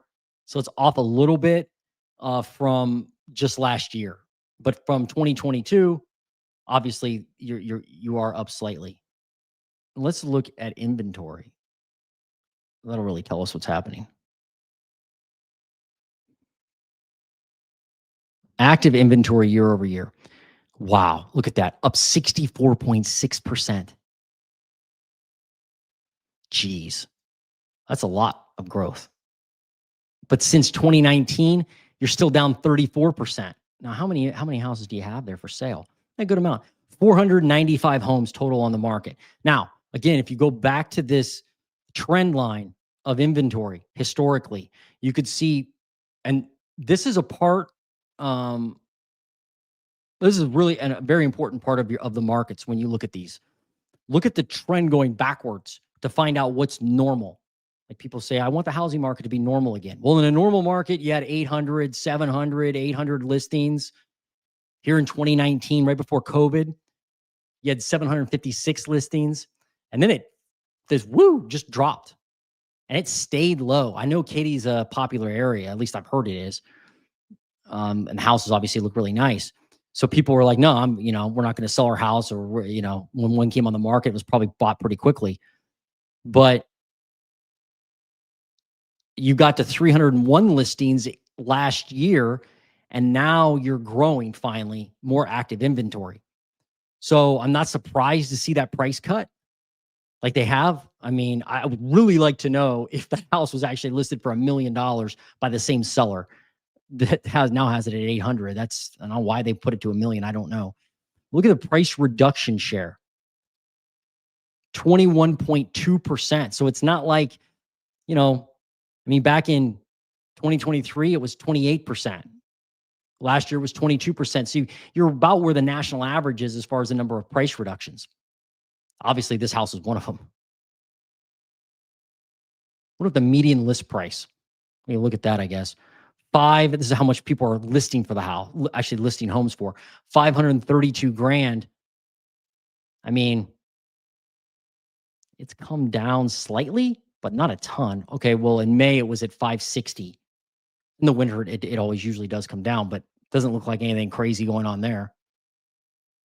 What about listings or pending listings? Well, let's do new listings first. Yeah, look at this. New listings, you're only up 2 homes, just 2 homes year over year. And you're down. Look at this. Since 2023, you're actually down in the new number of new listings hitting the market. Last year, you had 112. This year, and the year before that in 2023, you had 156 new listings hitting the market. Now you've got 114. Man, people are like, no. And that's not active inventory. People will say, well, that's, the reason why we're losing inventory are delisted homes. Like people taking the homes from the market, they call it rage quitting. That's their fancy term for basically saying that, the seller gave up. But that's not new listings. New listings are when you're actually going to put your home on the market, and those are down. Or no, they're up 2 homes, but they're down since 2023. So let me look at new listings year over year. Up 1.8%. That's it. right? Wow. So it's not like new listings are exploding. And that tells me there's not a lot of distress there. That's what it tells me. Because you would, if you're in distress and you got to sell your home, you're going to sell it. Like, you're going to put it on the market. This whole idea of shadow inventory and like keeping homes off market, it happens. But if you need to sell a property because you are pulling the fire alarm, you are listing that everywhere. You're dropping flyers from airplanes. You're writing, script in the sky with a biplane. You're like, hey, I gotta sell. Red alert. So you're going to list it everywhere. It's not going to be shadow. I'm not saying you're saying that, but you'll hear people tell you that, oh, there's more inventory than that. They're just hiding it. If you got to sell, you ain't hiding anything. You're like, I want somebody to buy. Look at new listings since 2019. Goodness gracious. Down 45% since before the pandemic in new listings. That's not great if you're looking to buy something. However, when you find a house like this, man, with a with a price cut like that, then maybe you can find an opportunity, right?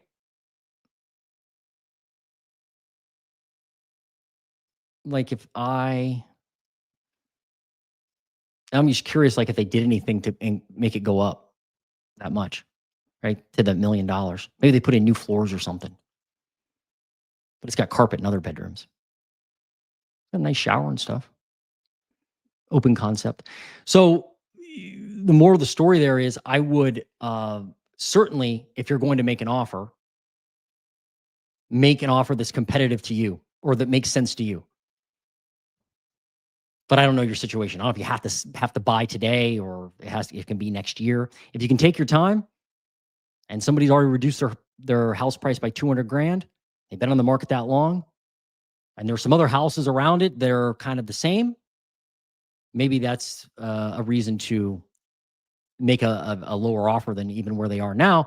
And I'll also say, since it's vacant, that plays a role. Like the fact that it's vacant, a lot of times people are like, well, I don't want to carry that cost for nothing.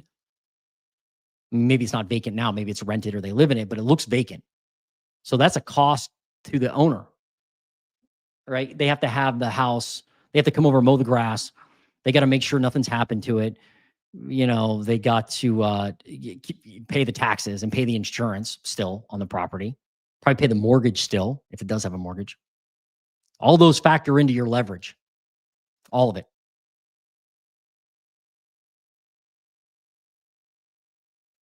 So, cool opportunity, it looks like. And I hope you do well. Good luck. Maybe come back on and let us know what happened. Great example, though. I love it. Thank you.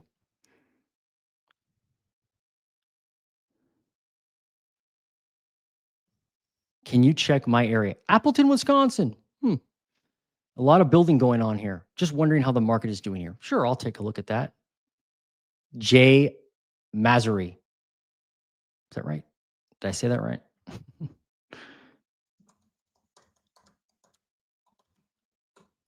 Appleton, Wisconsin. Maybe give me a zip code if you can.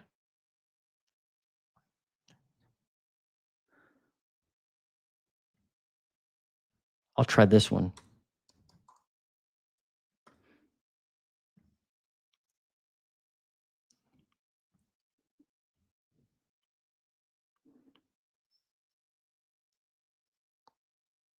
Central, well, it's not central Wisconsin. I guess it's more South Wisconsin, right? Or they call that Central Wisconsin. Just give me a zip code if you can, man. If you can't, that's okay. Oh, you got one. 54915. Is that the one I just did? No. 54915. This is fascinating for me. I know people are like, I can't believe you like this stuff. Like, you think it's fun. But I'm like, yeah, it's really neat. Like, talking to people from different markets and looking at different housing markets. And it really reminds you that, one story, one national headline doesn't fit everything. All right, so prices. Let's start there. You are up 6.7% year over year in Appleton. 6.7%. So home prices are not falling there. And I would have to say they're up probably more. I mean, look at this. Go back. This is really crazy. Look at the year-over-year price increases and declines back in 2011 in Appleton.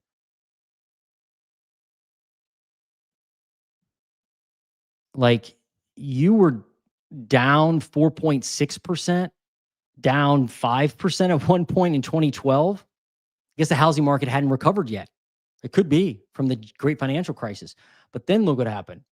Prices, price growth was there, obviously, in the 7s, in the 6s before COVID. And then during COVID, up 15% year over year. Obviously, now you're lower than that, up 6.7. But the point is that home prices have continued to grow going all the way back to 2013. In fact, it doesn't look like you've had a month since then where prices were down year over year. Let's look at home price shifts since 2022. Wow. Completely different than some of these other markets like in Texas and especially in California, right? And I think you'd find the same thing if you went into Florida, that in the Midwest, in the North, home prices up 24% since 2022. Up 24%. Now, since 2020, what does this look like? Up 65%. Goodness. That's just not cool, right? It's just not cool. It's like,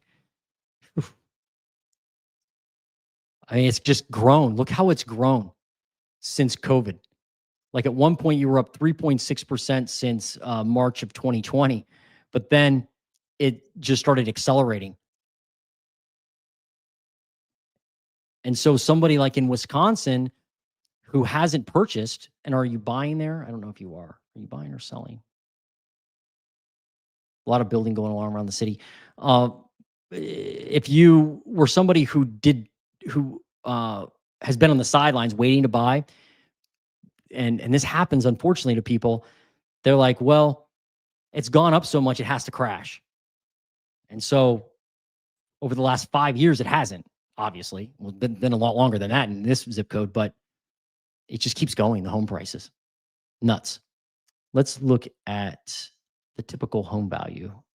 Typical home value. 351 grand right now. It's an all-time high. Right? You can just see that in the numbers. And if I go back to 2005, wow, this is really cool. They've got 2005 data in here. Not every market, he has all that loaded in. You can kind of see what happened during the housing crash last time. I don't know how old you are. I don't know if you've lived through the crash last time, but a lot of people think home prices went down like 50% nationally during like 2000, basically 5, 6, 7, 8, 9, 10, 11, 12, like prices went, crashed during that period of time. And they did in many markets. But look at this. You were like in the 171s, 172, 164, 160, 153, 147. Looks like you bottomed out at 147 for the typical home price in 2012. So it went from the 170s to the 140s. Is that a crash? Depends on who you are, I suppose. But then look what happened. Ever since then, home prices just up and up and up. Now, inventory will tell us a lot more. Inventory year over year. What do you got? Down 11%. Down 11% year over year. That's crazy. I mean, you have fewer homes on the market than you did last year. There aren't many areas of the U.S. where that's happening. I'll just call you Jay. There aren't many areas where you're seeing fewer homes for sale than you did last year. Just not seeing it. It's rare. Now, compared to 2019, a lot of areas are down. And you are too, down 25% versus 2019. Let's look at the active inventory count. 52 homes right now in that zip. And it's been low for a long time. Like, go all the way back to September of 2019, you had 70 homes, but before that, you had 65 homes. I mean, in 52 to 70, is that a huge difference? Not really. Now, you said they're building a lot of homes. So you could, and I don't have new inventory on here. There's probably some new inventory built into these numbers, but obviously not all of them. A lot of times a builder will say, hey, I've got, they advertise one lot or one house and they've got like 5 of them they can sell. New homes could be where you're going to get the best deal, perhaps. It's possible because it doesn't look like the inventory is really recovering that well. Obviously, you got to get inspections. You should work with a professional in the area, a professional realtor that understands new construction better than anybody else. Interview several people, and if you want to go into new construction or look at that market. But I would be beating the builders up if there's a lot of new construction inventory. I mean, beat them up on the price, make them compete against each other, and then compare that to all the existing homes around it and go, all right, well, these existing homes offer this and here's their price. And then I got a new home and here are the drawbacks and here are the advantages. Make a sheet. It's pretty simple. Good things and bad things. One of the things that's bad about new construction is that you oftentimes live in a dust bowl with loud construction for the next years until they're done with the subdivision. So you could live in like in an area where there's just a bunch of dirt, right? That could happen. But Wisconsin winters are rough, so maybe this winter's the best time to go look. But overall, I would say the market is just you just don't have a lot of inventory. You just don't, even though there are new construction homes going up. Like, let's look at new listings. Hey, you're down 16% in new listings versus 2019. That just tells me that there's not a lot of sellers there that have to sell, that they need to sell. They're like, maybe I'll sell, but I don't have to. Otherwise, you'd see a bunch of inventory flood the market. It just looks like there's not a trend of inventory growing exponentially. Just not happening. What about, did I look at price reductions? I don't know if I did. Price reductions. Yeah, look at this, only 13%. That's like where it has been. I mean, go back historically, that's like basically it doesn't look like that's, it's up from COVID, but you don't have as many people cutting prices as you do nationally. Nationally, it's 20%, right? We looked at some areas where it's 35%. So the fact you're only 13% means people don't need to sell overall. So finding an off-market deal could be the best way to get an opportunity, maybe new construction, but certainly it's not going to be quick. I wouldn't think, to find an opportunity under list price or under market value. But it also doesn't look like prices are going to crash there either. There's just no inventory. Anyway, that was cool. Cool look there at Central Wisconsin. I think that's Central Wisconsin. Nice.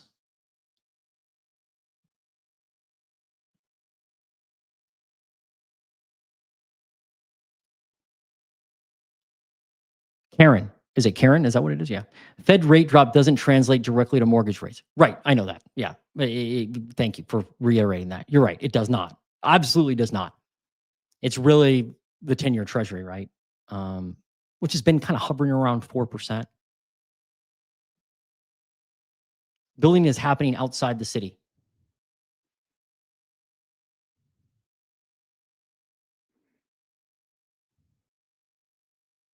Oh. I'm a little behind here. Hold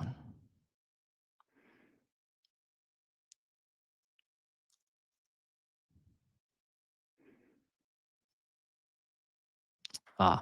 Your thoughts on the Fed rate drop and what impact do you have on the housing market? I think that the impact there is purely emotional and narrative driven. Like, a lot of people, like Karen just pointed out, a lot of people think that the Fed rate and the drops have to do with or affect mortgage rates, but they don't. So I think, generally speaking, there's a lot of buyers out there that will say, oh, the Fed's going to cut, so it's a good time to buy or something. So I think maybe it's just only emotional. Beyond that, I don't know that it has a lot of effect. Sometimes it has the opposite effect, right? The rates go up when the Fed cuts. It's a weird situation. Oh, Morgantown, West Virginia, as in comparison to Martinsburg, because DC may be influencing Martinsburg because it's so expensive, and DC people live in Harper's Ferry and places to commute for work. Okay. Let me star this one and I'll come back to it. But yeah, I'll look at Morgantown. I go there all the time. Morgantown is near Pittsburgh, but Pittsburgh is lowering prices with more inventory. Okay, I'll check out Pittsburgh real quick.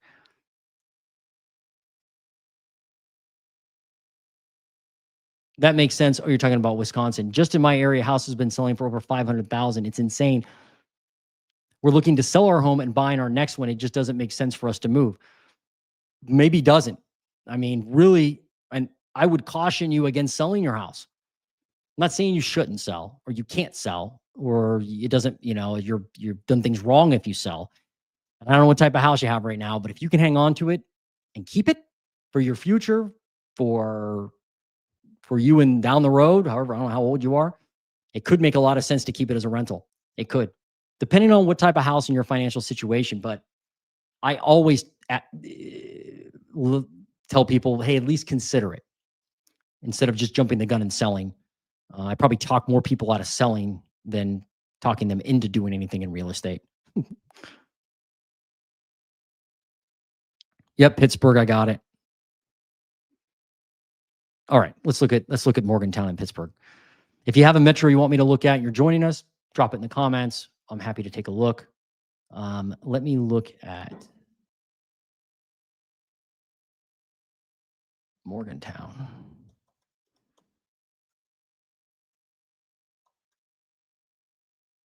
It's been a tough year for the Mountaineers.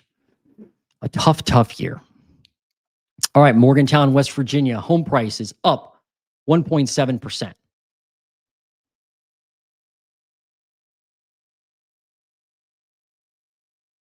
Since 2022, home prices are up 7.5% in Morgantown. Since 2020, they're up 30.8%.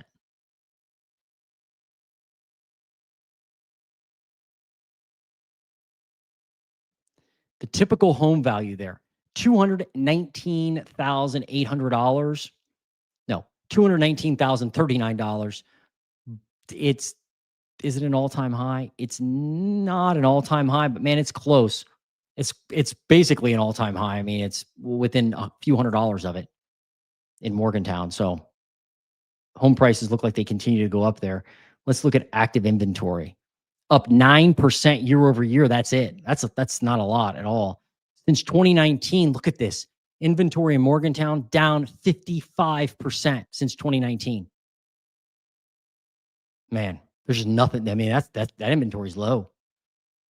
Low. 277 homes on the market, which it is trending up now. And you do have more than you did last year.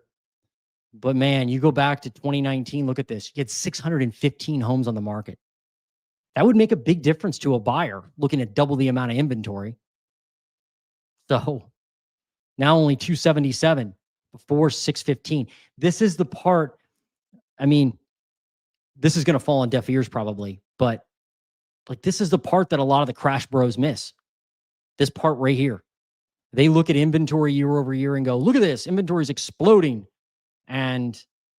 But they never show you charts like this. Like they never say, hey, let's go back into like normal markets. Like they talk about Austin and they'll pick on Florida and they'll pick on San Francisco, but they don't go to markets like Morgantown, West Virginia and say, all right, everyday USA, like not Austin people. We're talking about average everyday Americans. What does the inventory look like? Many areas through the US, you have fewer homes for sale than you have had in a decade. And they miss that.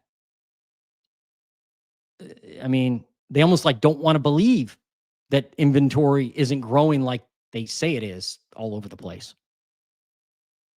But I'm not going to do that. I'm just going to show you the numbers and you can decide what that means for you. So active inventory counts low. Now, median days on market, how's that doing? Down 11 days. What? Homes are selling quicker than they did last year. What? Can that be right? It's right. I mean, it's right compared to this data. Wow. Homes are moving quicker in Morgantown. What about new listings? What are they doing? Up 25%. Year over year. Good. How about since 2019? Up 22% since 2019. That was easy for me to say. 140 new listings last month. That's what this means. 140 last month. I mean, you do have more than you did last year and the year before, and even the year before that. Actually, that's a lot. Like you, as far as new listings go, there's only one September where you had more new listings. And that was in 2021. But the listing count, the overall listing count's not trending in your favor. Not yet anyway. Let's look at price reduction share. 16.6%. It's not that many, right? It's not a lot of people cutting the prices there. The average is 20 in the US. Let's look at pending listings. What are those doing? 176. So you definitely have more. Yeah, look at pending listings up 12% year over year. Let's try to make it a little easier to read. Up 12% in pending sales. People are definitely buying there more than they were last year. That's probably, I mean, if you look at the new listing count, then you look at the active listing count, you see the actives falling. People are either taking their homes off the market or they are buying them, or somebody's buying the house. Cool. All right. The other one you wanted to look at was Championship City.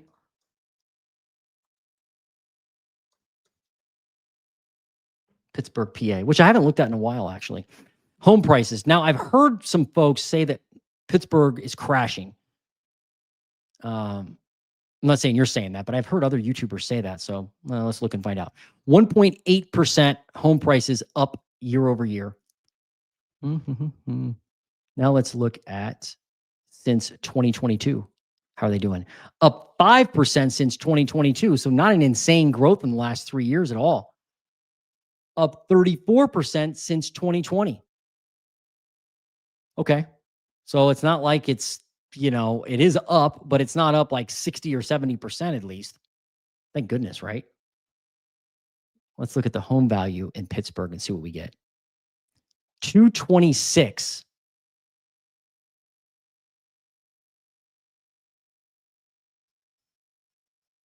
$226,000, and it's an all-time high, it looks like.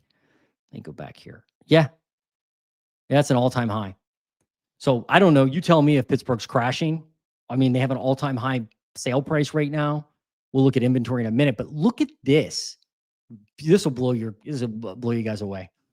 Back in 2000s, and again, when that great financial crisis happened, home values in the U.S. dropped about 23% in that time period, like between 2006 and 2011 or so. Home prices dropped 23%. Some places like Fresno, California went down 50, 60% in home prices. But some areas actually didn't do that bad. So like, look at this. If you go to 2005, let's say, homes were 116,000 in Pittsburgh. Now, as I move forward, they went up. They weren't growing very fast, but then they went basically from a peak in that period of time from like 128 grand to 125 grand. But then they just continue to go up. Point being, even in the worst years, if you look back 25, 30 years of the housing market, even in the worst years of the housing market nationally, there were areas like Pittsburgh that basically told the recession to kick rocks. Like, we're not going to fall that much. I mean, they fell a little bit, a few $1,000, but nothing crazy. And like Ithaca, New York went up during that period of time. I think Ithaca, New York went up like 20, 25% in home prices. Salt Lake City went up during the great financial crisis. So point is that like every market's different. And if you're looking for a national home price crash, it hasn't happened that I've seen where everything goes down, 20%. And Pittsburgh is kind of like in that boat, right? They just keep going. Let's look at inventory. This is really interesting stuff. Up 9.8% year over year. Active inventory since 2019, down 27%. So you're still under 2019 levels, only up 9% year over year. Not an explosion by any means. Inventory count, 5,660.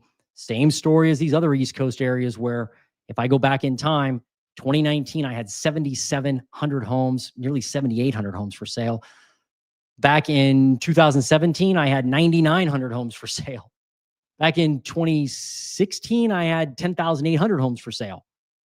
I mean, I literally have half the number of homes that I had in 2016 now for sale. So, like, will the silver tsunami change this?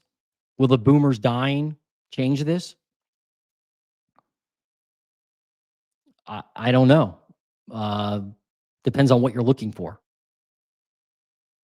A lot of the inventory in Pittsburgh, I got to imagine, is older inventory.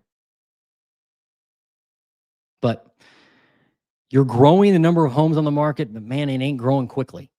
So that's kind of the story there. It looks like, it almost looks like they're all in the same situation, right? Martinsburg, Morgantown, Pittsburgh. That market is relatively inexpensive and people are buying homes more so, it looks like, than they are in expensive areas. So cool look at Pittsburgh. Thank you for suggesting that. And next time you hear somebody tell you that Pittsburgh's crashing, you can be like, look, just show us the chart. I don't want to hear your opinion.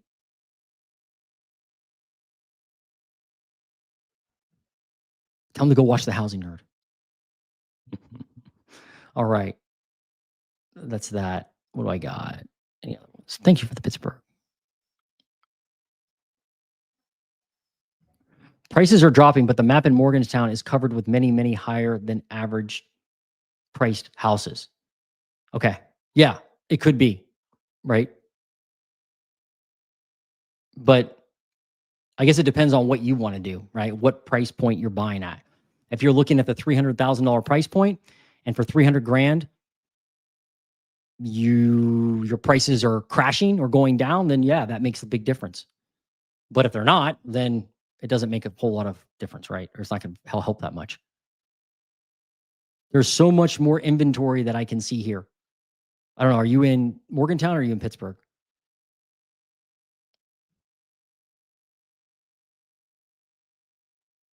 Srinivasa, 43064. You're always on. Thank you so much. 43064.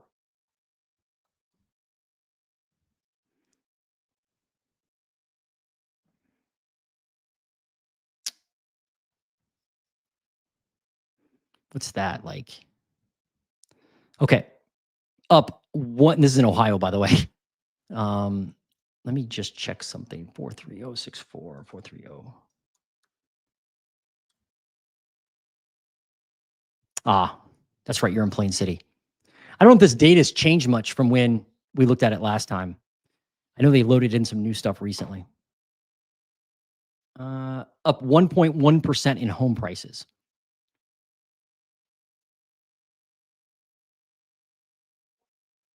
Since 2022, up 7.6%. And since 2020, up 44.6% in the Plain City area, which is really popular. It's kind of like Katy, Texas, I think, but for Columbus. Typical home value, $549,000, not an all-time high, but maybe it is. No, 550 was your all-time high, but you're really close to it. I mean, a few dollars off. And prices there are just relentless, right? They continue to go up. Let's look at active inventory. 21% fewer homes for sale in September, as of September data, versus last year. A lot of new construction there, right? And look, okay, since 2019, you're actually up 3%. So that's a good sign. At least you're moving in that direction.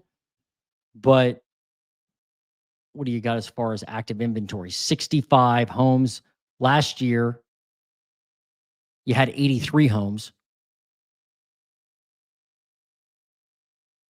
So right now, it looks like you have a decent number of homes compared to historical trends. But if I'm thinking of the market right, like there's just not a lot. Historically, there haven't been a lot of homes there because there hasn't been a lot of people, right? It's kind of like one of those outside areas of Columbus that now is like exploding. So there probably weren't many homes on the market because no one lived there before. Now people are piling in. So the fact that you have 65 homes on the market and historically you haven't had that many, I wouldn't read too much into that. It really comes down to what, the price point you're buying in, and if there are a lot of homes in that price point. But you know what? Email me. Maybe I've already asked you this, but email me if you want some hyper local analysis, because I have access to the MLS, obviously, and I can provide you some a better look at the market than what we're seeing here, because I have MLS access. So if you want, email me. My email is in the description below, and I can see if I can help in a more detailed way. I can be specific to price points. That'll help you understand what's happening a lot more than just general inventory. Median days on market, down 2 days. Homes are selling a little faster than they did last year. What about new listings? New listings are up 13% year over year, but you don't have that many new listings. So it's easy to have more. 34 listings hit the market last month. New listings versus 2019, up 21%. So more listings than you had definitely in 2019. But again, just not that, there's not a flood of inventory, it doesn't look like. Though there are a lot of new construction places. What about price reduction share? 18%. It's not like it's 40%. My guess is that area is going to be strong for a while, just because of the fact that prices continue to go up. People want to live there. Unless there's some kind of a massive economic change to the local housing market or local economy in Columbus, it would seem like that's going to continue to be a desirable area for a while. And a lot of people want to be out there. I wonder what the condo price is there. Can I look at that? Will it give me? Nope, no data. Dang it. Okay. That's 43064.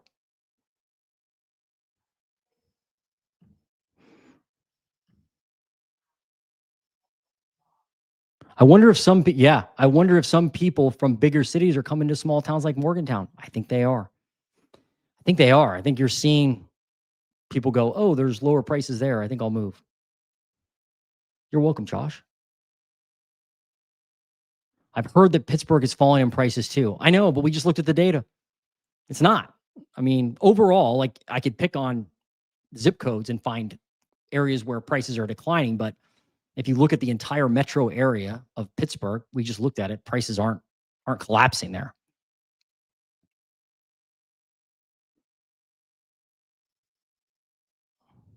Oh, mortgage nerd. This is another mortgage guy. Good afternoon, Jason. Hope everyone's having a great week in our crazy industry. As expected, another Fed rate drop and another spike in mortgage rates. Always happens. Seems that way. Oh, Josh, you're trying to buy. Okay. Well, good luck to you, man. See, with average or even median home prices, you may not exactly what is happening to each house, because if there are just an influx of bigger houses on the high end, that drags up the average. If there are bigger houses on the high end. Well, median is in the middle, right? It's not an average. So like if you've got 10 houses, basically it's house number 5 that sells. But when I look at, the information we look at here is the typical single family house value, which is between the 35th and the 65th percentile. So it takes out all the expensive stuff and removes all the cheap stuff and says, what's the typical house? Like the one in the 35th to the 65th. So it's not, like around here, it wouldn't be an $800,000 or $1 million home. It would be like a $300,000 home. It's also not a $50,000 home. And I think that kind of gives us a better gauge. And if I look at the typical home value, not the more expensive, not the cheapest, it looks like that price tier, the middle price tier, is going up in Pittsburgh. That's what it looks like. You want to live in a house? Well, you will. I think you can. You have to, it depends on your situation, but you may have to just do things others are unwilling to do. Like the viewer on my channel that I mentioned earlier, who wrote letters. Here, I've got the letter right here. Hold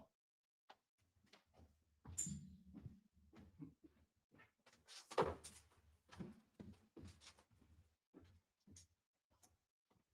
I'm back. Here's my letter.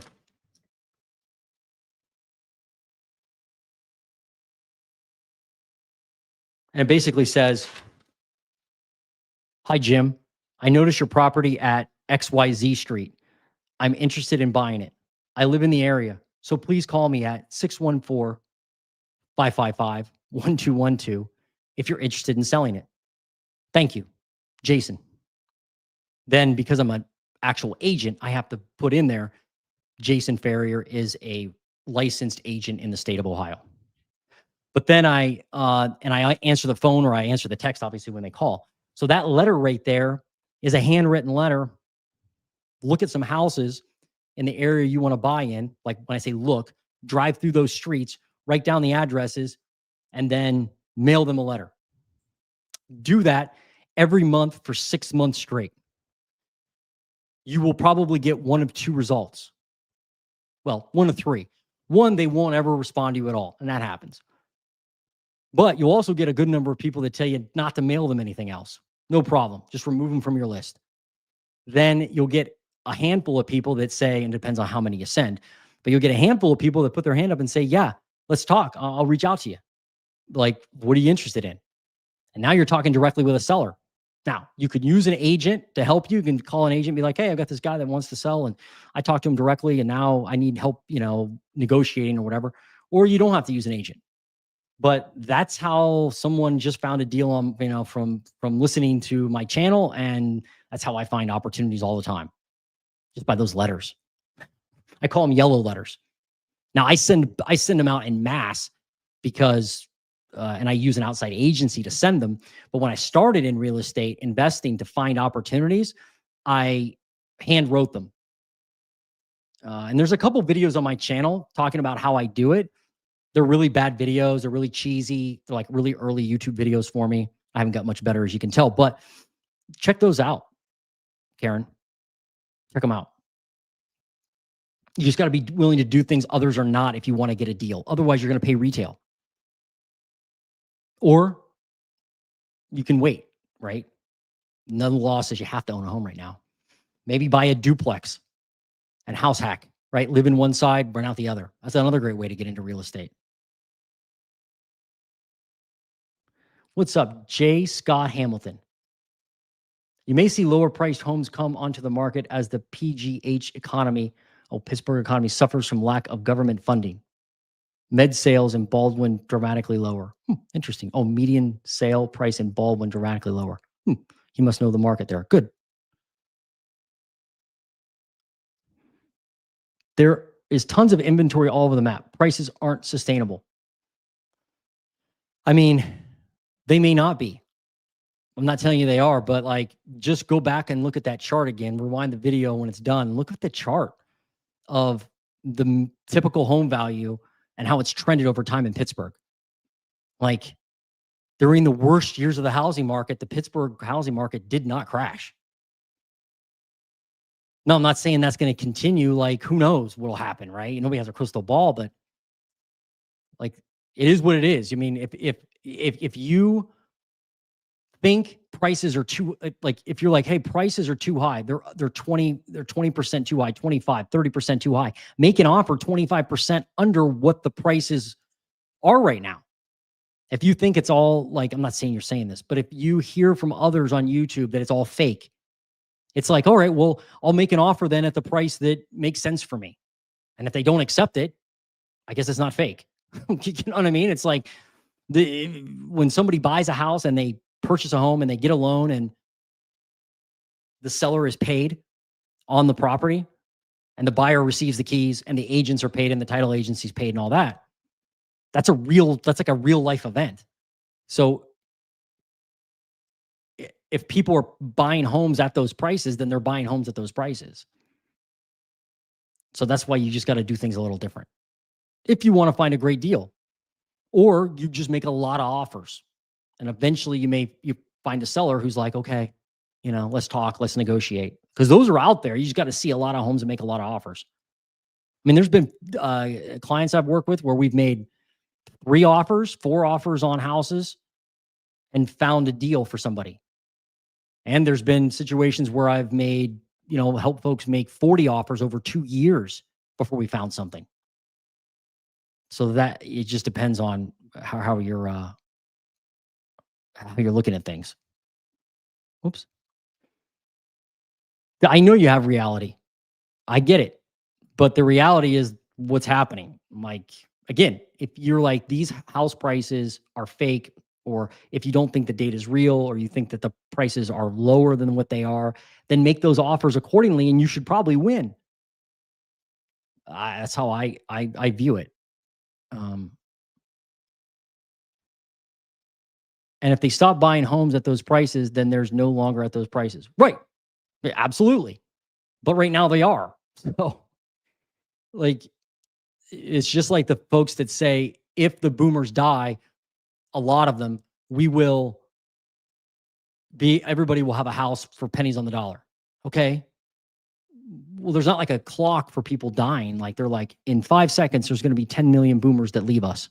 Hey, obviously, that's not how it works, right? So just play the hand you're dealt, right? If prices are actually inflated and they're not real, and that's not what they're paying for homes, then you should be able to find an opportunity easily, way under market. Let me see. I just don't want you to have an unrealistic expectation based on fear and based on people that aren't doing it themselves, right? Like, that they aren't out in the market. They're just looking for any reason to say that the housing market will completely implode, and you should just not, you should just wait. What's up, Scott? Then the silver tsunami will work in your favor. That's true. If you can buy a house out of an estate that the inheritors don't want. Kaboom!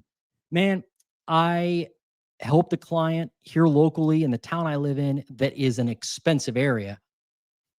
They found a property. It wasn't off market. It was on the MLS. It was this exact situation. And this is what people are going to run into with the silver tsunami. I think they're not, a lot of people aren't being realistic about the homes that are coming to market from the silver tsunami. In the Midwest, only like 2% of homes are built after 2020. My point is, when you get one of those estate homes, oftentimes they need a lot of work. My client was able to snag a property under market value. They're going to put probably nearly $200,000 in work into this property. I mean, it needs a lot of work. It does, but it's in a perfect location. The setup is great, has a great lot in a great town. And he was just patient. And when he saw the price reduction, he called me and said, I want to go see that home. We went out, and then actually, we didn't win the deal at first. It actually fell out of contract. Then they re-engaged me, the seller, and said, hey, I'm ready. The selling agent said, hey, this deal fell apart. Are you guys still willing to buy it at the price you offered? And my client was able to snag the opportunity. That's crazy is I missed it, even as an investor, and it's probably 5 minutes from me. And I missed it when it dropped from where it was to the latest list price. But I'm really, really happy for the guy that bought it. He's buying it as a rental, and he's putting $200K into it. It would have been a great owner-occupied property. It's amazing that there are people wanting to move into certain areas of the U.S., and they're looking on the MLS, and they're like, yeah, that one looks shiny and nice. That one's shiny and nice. Not this guy. He was like, I want that one that needs all the work. And he probably is, when he's all said and done, he's probably going to have 30% equity based on the repairs he's doing. It was like a home run. I'm not talking a home run like just barely over the fence. Like, he hit that one out of the park. I mean, it's into McCovey Cove. If you're a Giants fan, it's into McCovey Cove, right? Like Barry Bonds. So the silver tsunami is a tailwind for some of the housing market, but you better be ready to do some work. That's how I view it. They're not all like nice houses. There was tons of inventory all over the map. Prices aren't sustainable. Didn't we just talk about that? Oh, no, I'm just kidding. I'm playing the hand I'm dealt. Okay, good. Yeah, go out and find something off market. Forget the MLS. I mean, watch the MLS, but go find something off market. Cool. All right, there's a few markets I have to review too. I got a request for Seattle, Washington.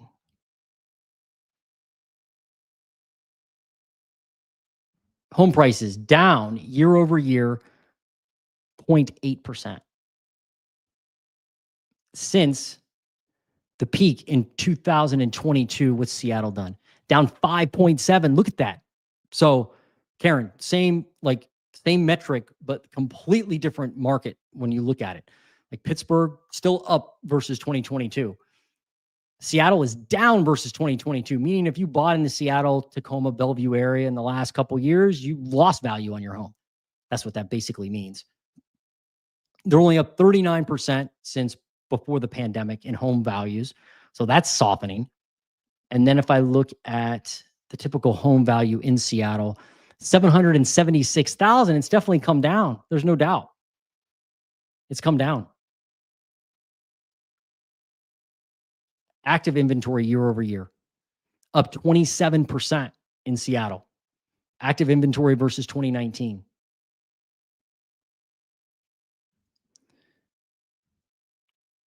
Up 22%. Completely different than Pittsburgh, right? Where you have a lot fewer houses for sale in Pittsburgh and the East Coast versus 2019 in general. But with Seattle, you have more homes for sale. Yeah, just a different look, different area, different dynamic. I mean, this is a decade high in Seattle for homes. Like they've never had this many homes for sale at all in the last 10 years. You go all the way back on the chart and look.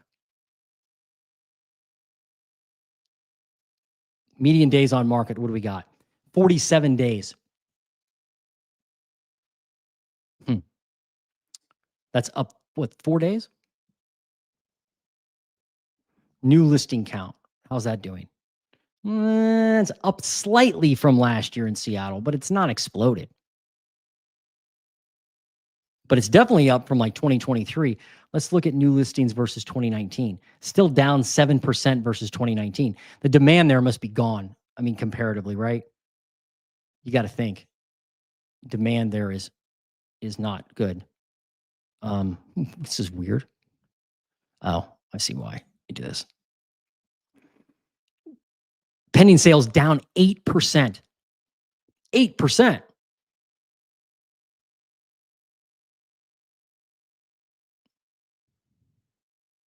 Wow. I mean, pending sales are in the toilet there. People are not buying, but they are selling, they are listing their homes.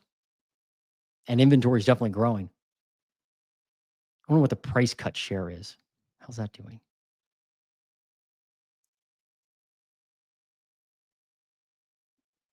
Price reduction share, 20% of all homes have had a price cut. Typical rent. I wonder if we can look at this. Let's see. Some markets we don't have I don't have the rental information. $2,258 for rent in Seattle. I mean, it's come down a little seasonally, but it's not crashing, that's for sure.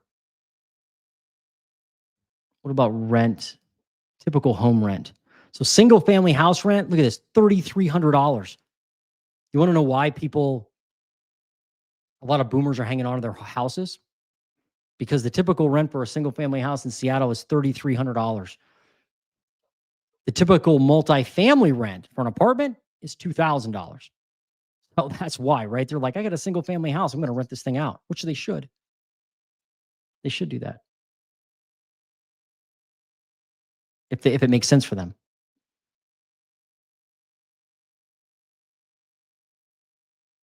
All right. Well, the people that dropped off already, I had that market to review. Did I have another one? Let me look at my list. Let's see. I did those. It was, yeah. Somebody wanted this. Westchester County, New York. Random place, right? This is another one like Pittsburgh where I keep hearing that it's crashing. Home price is up 3.3%. Now, Karen, if you're still on, you want to see a really bad housing market where there's like no hope at all for buyers, this is it. 3.3% home price appreciation in 1 year. Let's look since 2022, since the peak, up 12.2%. Since 2020, up 36%. But look at this. Look at the inventory there. Active inventory in Westchester County, New York.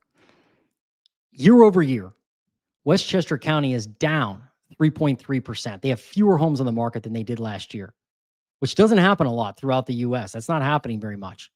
But look, since 2019, they're down 60.8% in homes for sale in Westchester County, New York versus 2019. Now, one would think like, okay, they've got to be growing inventory at some point, right? Not so much. Look at this. Right now, 1,547 homes on the market. I go all the way back. As I go back and back and back, you could see the inventory carnage that has taken place in Westchester County. In 2016, they had 4,400 homes for sale. In 2019, they had 3,900 homes for sale. They dropped to a low of 20. Well, here's, and this is even crazier. During COVID, they had more homes. Like most markets dipped during COVID to a point where now they're increasing the number of homes for sale, but not in Westchester County, New York. Look at this, 1,547 homes. It's like it's an all-time low for September right now in the number of homes for sale in Westchester County, New York. So anyone out there, I'm not naming anybody, but anybody out there who's like Westchester County, New York is inventory is exploding. Prices are crashing. They must be looking at another Westchester County. Maybe it's in England or something, or Europe. I don't know. But in Westchester County, New York, United States of America, there are 1,500 homes on the market, and that's an all-time low for September. Going all the way back to 2016. That's a bad market. That's a rough market. What's this do? How does that help me? Anyway, that's Westchester County. Tough market. Tough market. Now let's look at this. This is an article about oh,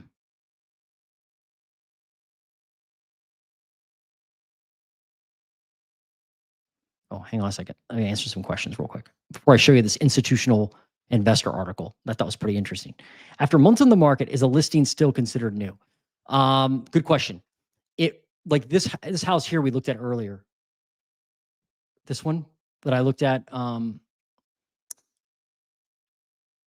somebody had asked about this specific property. Look back at, let's look at, but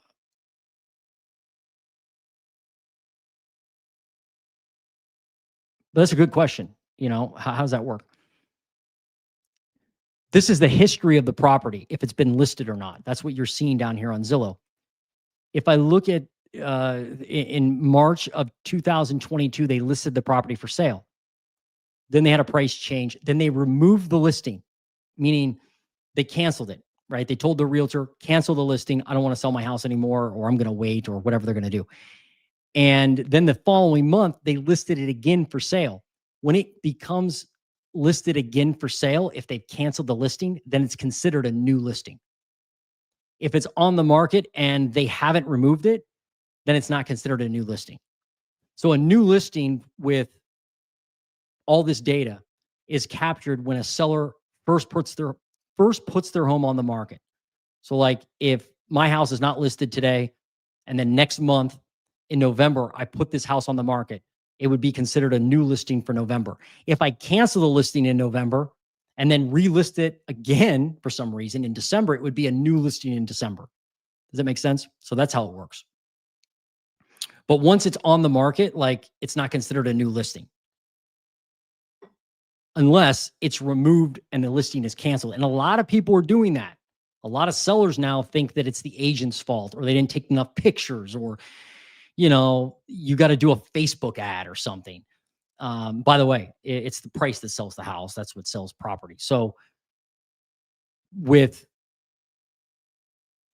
that, basically that dynamic, a lot of sellers now are taking their home off the market and relisting it because they think that'll somehow create a sale.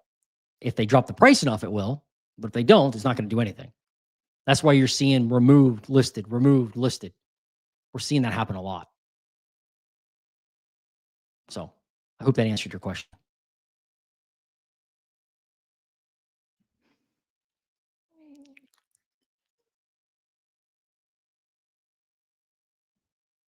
A lot of California boomers will hold onto their properties for dear life because Proposition 13 caps their property tax expense, especially if mortgage is paid off. Yeah, that's got to be one of the reasons, Scott, why we're not seeing more carnage in California, right? People are like, man, I mean, I used to live in Southern California, and like when people commute 2.5 hours every day, like it's just no big deal. And it's only 30 miles, but you're in gridlock. So I think you're right. I think a lot of people are like, I'd rather commute 2.5 hours than sell my house and have to pay those new property taxes. Right? That's yeah, that's gotta create more locked-in homeowners. It's got to. What's up, McConaughey? Good morning. Can't wait for October numbers to come out. My local market definitely feels like we're getting a lot more new homes than contingents and sales this month. Good. You're in Reno, right? Good for you. I don't think, I don't have any October. Well, we've got, you know what? You're on here so much that let me see. Let me check out the latest data.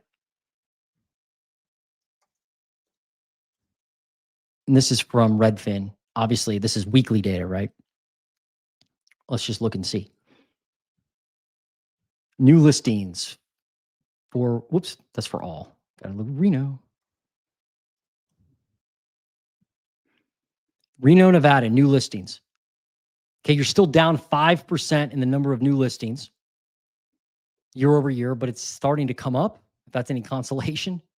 But you don't have as many new listings. At least you haven't had them in the last. How they do this is that means you've had 132 new listings hit the market per week over the last 4 weeks on average. They take the last 4 weeks, they average it out and say per week you've had this number, 132 or 133, I guess. But that's 5% fewer new listings than you had the same time period last year. Let's do homes sold. How's that doing? Homes sold up 8.99%, let's say. So you have more people buying a house than you did this time last year. But this, I mean, if you look at this chart from last year, though, you could see it's just jagged, right? So you're going to have these moments when it looks like it's elevated overall, but it may not be. Although it does look like the number of people buying is not crashing. It looks like that's kind of going up slightly. But I wouldn't say it's like an explosion of demand. I think it's just kind of the way the chart fell for this month or this week, why you're seeing that massive increase. Let's look at pending or median sale price. Holy Toledo, 588,000. That's up 3%. If I'm rounding, 3% year over year. I mean, it's been going up for a while. Like you were at 555, 567, 578, now 588. So median sale price wise, this isn't the same look that we did with this typical home value with Zillow. That's not how this one works, right? This is median. This is the one in the middle, and that's using numbers, not value. So it's like with Zillow, they're just taking the middle range, but they're using value. With Redfin and most other median numbers, they're saying, well, give me the number of homes sold. I think it was like 140 or so. Then it's like number 70, basically. That house right there, that's what we're going to use for the median sale price. So that's what's going on there. Let me look at, did I look at active inventory? I don't think I did. Look at active inventory. Wow. You're only up 2% year over year. It's going to fall. It could fall underneath 2024 in Reno. And this is the latest Redfin data. But we'll see what happens, right, when they're done with October. Well, you're saying you're seeing more listings. Maybe you are, but somebody's either taking them off the market or somebody's buying them.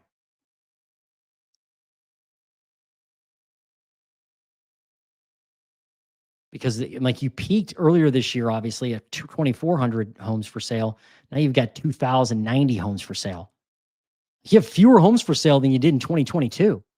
Look at that. 2022, you had 2,162. Now 2,090. Median days on market. What's that? Okay, that's elevated a little bit. Up 10 days, 68 days on market. Homes look like they're sitting a while. Maybe they're vacation homes or something. I don't know. People don't need to sell, man. Or maybe they don't need to sell, right? Maybe that's what's going on. Let's look at average list sale to list price ratio. Yeah, 98%. So basically buyers are getting about a 2% discount on average. Cool. Let's that is Reno's housing market. Most listings have been on the market for more than a month, not new, but still sitting there. Yeah, that's just inventory that's sitting there because people, they haven't sold them, right? That's just inventory that's dying or just rotting, I guess you could call it. And that could be an opportunity if they sit long enough. But if they haven't cut the price drastically, then they must not need to sell very bad. Otherwise, they would do it. They would cut the price. So when you say new listings are down, who cares? The market is saturated. Well, because this is important to know because it tells you the health of the housing market. It also tells you the health of the homeowner, the economic health of the housing market, economic health of the homeowner. So if you have, and this is a great question, if you have more people putting their homes on the market to sell it, and if you see new listings explode like upwards, then that means that people, a lot of people need to sell probably, or they want to sell for some reason. And a listing, an active listing can't happen until you have a new listing. So the new listing is like that first entry point. And remember, I said this at the beginning, but the number of new listings during the great financial crisis, like during the 2006, 7, 8, 9, 10, they were running like 200 to 400,000 per week nationally. Now we're at like 80,000. We had nearly 4 million active homes on the market, around 4 million. During the height of the worst years of the great financial crisis, meaning we had nearly 4 times the inventory we have now. So that's why you're not seeing those prices completely fall apart yet, because the inventory isn't there because the new listings aren't there. A lot of people, there was somebody on the channel just a couple minutes ago that was like, we ain't going anywhere. Doesn't make sense for us to upgrade right now. And so that's what you're seeing, Karen. You're seeing a lot of sellers that are like, I'll sell if I can get what I want for my home, but if I can't, I'm just going to take it off the market. And you're getting a lot of sellers that are like, I'm not going to sell until rates come down or until it makes sense for me financially, because they have a lower rate that they locked in a few years ago and they bought a house. Let's pretend they bought a house in 2017. Homes were 50% less expensive. So they would be a fool to give that up. They wouldn't. They would take like hypnosis by aliens to get them to move. So a lot of homeowners are still locked into that situation because interest rates are high and home prices are high now. So there's no reason for them to move. So they're not listing new, they're not putting new listings on. Those active listings aren't growing like people need them to, like the market wants them to. And because of all that wrapped up into a big funny ball, the market's just frozen. Not a lot of sales, not a lot of listings. Prices are sticky, they're high, generally speaking. But like we saw today in some markets, they're definitely falling. They're just not falling in Pittsburgh. At least the data says they're not. But you know what? This is it's a great question. And I can understand you being frustrated. I would be frustrated too. Especially when you hear goofy things from people that say, you know, just wait till, well, they were saying this in 2020 and 2021 and 2022 and 2023 and 2024. Just wait another 6 months and you will see prices fall 10%. Just look at the trend and look at the inventory and you'll know what's going on.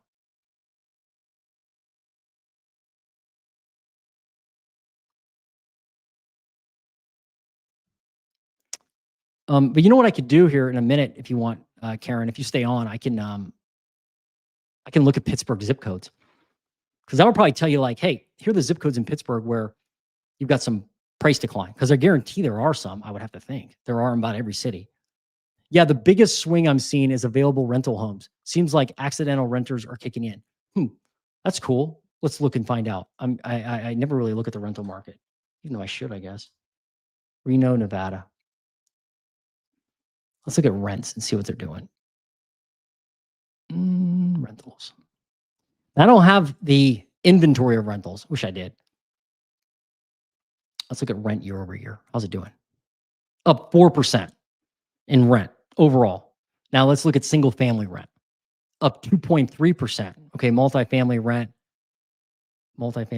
up 4.6%. All right. So the typical let's look at typical or typical single family rent is $2,500. It doesn't look like it's come down too much yet in the numbers. If I look at September, and if I look at typical multifamily rent, it's $1,700, which honestly isn't that bad. Like I think it's even more expensive in Columbus. But $2,500, I mean, it's crazy, right? That's the new rent for houses.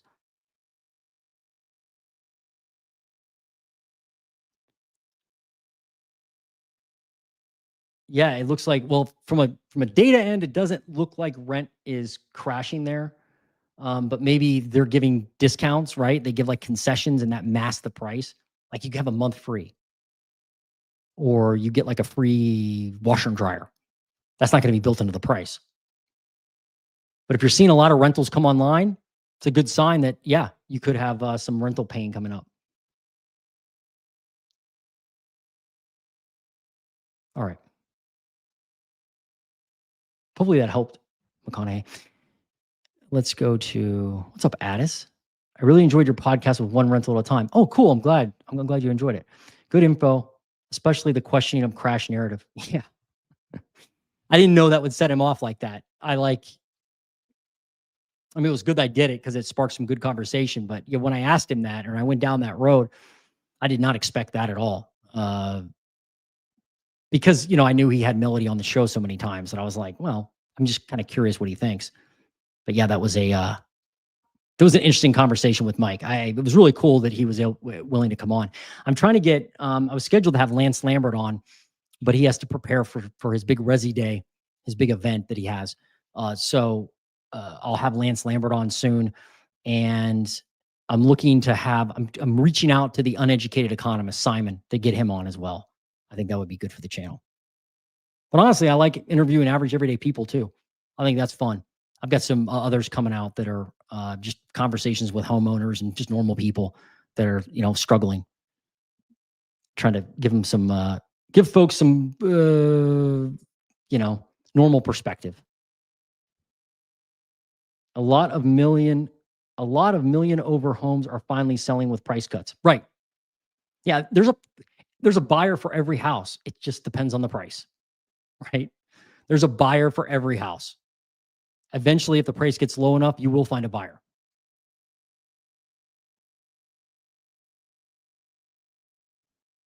Homes sit on the market for longer when people are unwilling to pay the price they're asking by tens of thousands. Exactly. That's exactly right, Karen. So you're 100% accurate. They may sit forever. Like they may sit for, like that house we looked at just now in Texas. They raised the price to $1 million from 800. Now they have it back down to 800. What does that tell a potential buyer?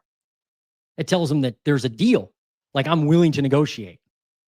And that's where those are where I would make offers. I know someone who made 80 offers before they before they went into contract. They made 80 offers.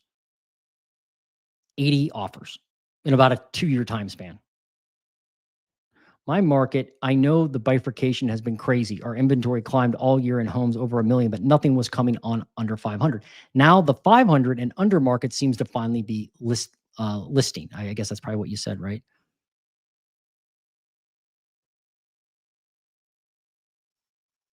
Rents are falling in the expensive neighborhoods. Yeah, I don't doubt that. I can show you 5 houses listed right now that sold for 10% higher in 2020, 22 and 24. Yeah. People who bought in 22, 23, 24, and now they need to sell, they're probably in trouble. The one thing though that is, and I'm being realistic with you, I'm not trying to rain on your parade, but the one problem that we're seeing is that there weren't a lot of transactions during that period of time. Like home sales have been the lowest that they've been nearly in history over the last few years. So because of that, not a lot of people bought at the peak. I don't know if that makes sense, but it's like, so since not a lot of people bought between 22 and 24 overall. I mean, there are people that bought, but it's comparatively to the previous years, normal sales are much lower. So it's like, it's almost like the distress and the problems may be muted simply because of the timing of when people bought. A lot of people buying before the pandemic are like, I got a 3 or 4% interest rate. I paid a lot less for my home. I'm just going to, chill.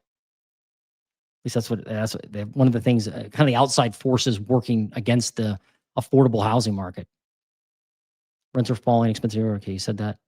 I'm in Morgantown. Oh, you're in Morgantown. Go Ears. They've had a rough year, man. Oh boy. I used to have season tickets. I've been a lifelong Mountaineer fan. Don't tell anybody in Ohio that.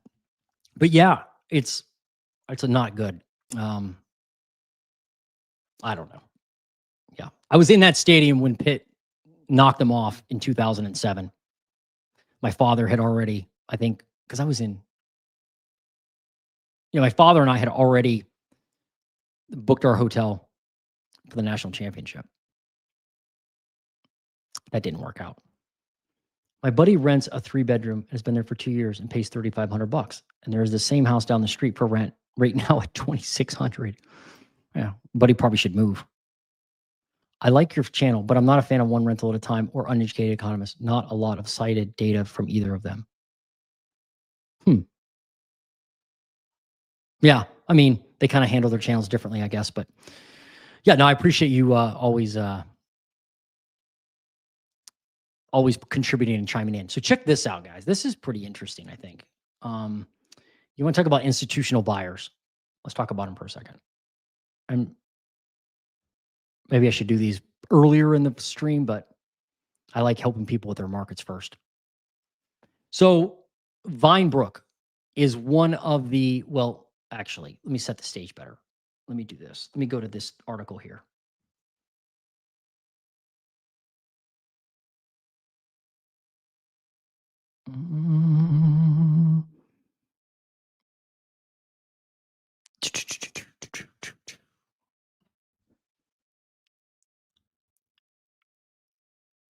Oh, this isn't the right one. Sorry, hold on one second.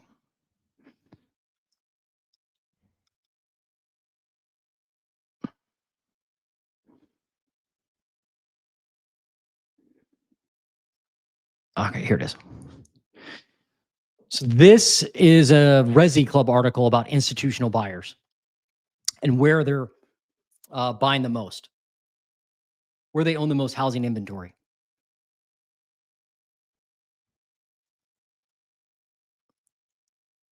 And some of this information is surprising, some of it's not. So like the dark blue squares are where institutional buyers have piled into the housing market. And a lot of people think that's where we may have the biggest problems coming up in the housing market.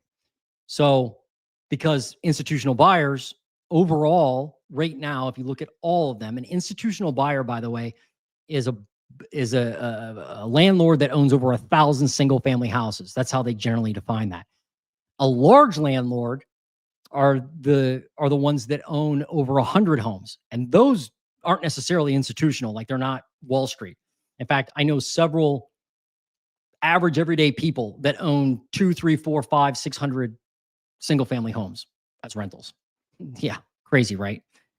But if you look at where they own, where large landlords, those that own over 100 homes, where they own the most share of the market, it's in the dark blue. So in the county I live in Licking County, 4% of all single family homes are owned by large investors. They basically own 2,172 homes. If I look at Delaware County, which is a couple counties over, it's 3%. But look at Franklin County, Ohio, 5%. 5% of all single-family homes owned by a large investor. That's not a small share, and that's increased a lot, I think, over the past few the past few years, definitely. And there's a lot of little counties in Ohio where large landlords own, a few percentage points of the market. And these are like rural counties. Now, Licking and Franklin are the home of the new Intel project. Really, Licking County is. So maybe that's why. But like, look at Pike County, Ohio. It's 6%. And this is like a nowhere area of Ohio, but 6% of all homes. But if I zoom out, let me go to like somebody mentioned Baldwin County. I don't know where that is. But like in the Pittsburgh area, Butler County, 1.6, right? Washington County, PA, only 1%. Westmoreland County, 1.2%, Pennsylvania. If I go down to Florida, it obviously looks a lot different. If you go south, like Atlanta, like look at the Atlanta area, 4%, 8%, 8%. Fulton County, which is Atlanta, is only 2.6%, which is kind of surprising. But DeKalb County, 4%. Gwinnett County, 4.5%. Henry County, Georgia, 9% of all single-family homes owned by large investors. Hillsborough County, Florida, go down here, 4%. I think it would be more, right? 3.3%, 3.8%. Duval County, 5%. Clay County, 7%. I think that 9% is the highest, I think, that I saw on this map. But like, one of the surprising things about this is look at out west. It's nothing like it is out east. So the Midwest, it's nothing like it is in the Midwest. The Midwest and South are the most affordable housing markets, pretty much. Well, that's where all the institutional and large investors are. No longer are they there are some still like Pinal County, or is it Pinal County? I'm not sure how you say that. 3% of the market. Maricopa County, which is Phoenix, 2.6% of the market. So they still own some homes there, but proportionally, it's not as much as it is out in the Midwest. I mean, look at California. There's really none. Hardly. So that could actually bode well for these markets where there's not institutional buying, like Reno County or Reno, Nevada. Look at that real quick.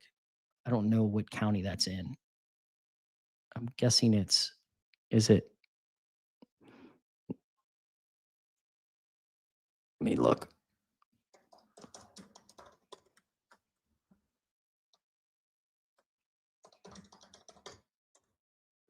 Washoe County, huh? Do they have that data? We got Washoe County, Nevada, from McConaughey. Only 0.7% of all single-family houses owned by a large investor. Again, large is 100 houses or more. So now you look at this article here. And this is about Ohio, but Vinebrook is one of the big investors. Vinebrook is a big, they own a lot of homes. Like, I think they own 50,000 homes or something. And this article is about the fact that they're now selling a lot of their properties. So it says Vinebrook Homes has sold more than 500 Cincinnati area homes in the last 3 years, about 15% of its local portfolio. And they're focused on portfolio optimization. You know what that is? I'm a landlord. I don't own a lot of single family homes. I own mostly duplexes and triplexes and quad units. But portfolio optimization is selling. It's not selling everything. It's selling the stuff that doesn't make sense. You got to trim the fat, right? Like anything else, any other investment. Its Cincinnati rents, already the highest among 24 cities where Vinebrook competes, increased 10% to $1,300 since January of 2023. Despite all the changes, Vinebrook remains among America's most aggressive eviction filers. So they're filing a lot of evictions because people can't afford their rents. But what they're trying to do is they're trying to get their renters to buy their homes because they don't want to go through the headache of selling them. Like they don't want to have to list them and pay a realtor and go through the headache because it is a process. So they're like, you know what? As a renter, would you just buy the house you're in? I mean, if I'm a renter for one of their properties, if I want to buy the house, I'm going to make them an offer that is low, right? Because they're kind of in a bind.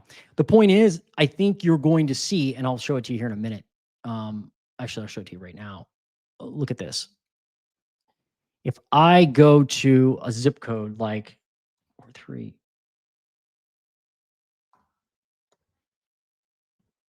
this zip code in Columbus, 43207.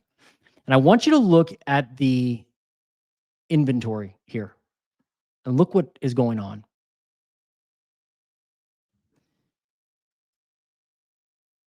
So year over year, inventory in this zip code in Columbus,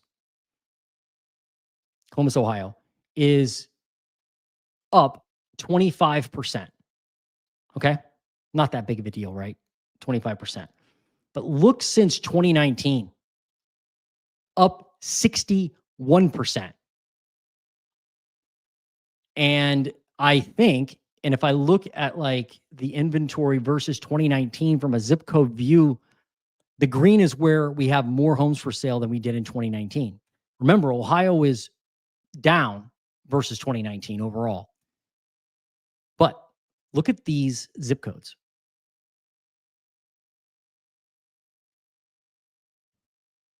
Look at this. 250% more than 2019. 157% more than 2019. The 43207, 61% more than 2019. I think what's happening, and I talked to somebody in the business who deals with mostly institutional investors and big investors, and I talked to somebody who owns 600 single-family homes in Dayton, in the Dayton area.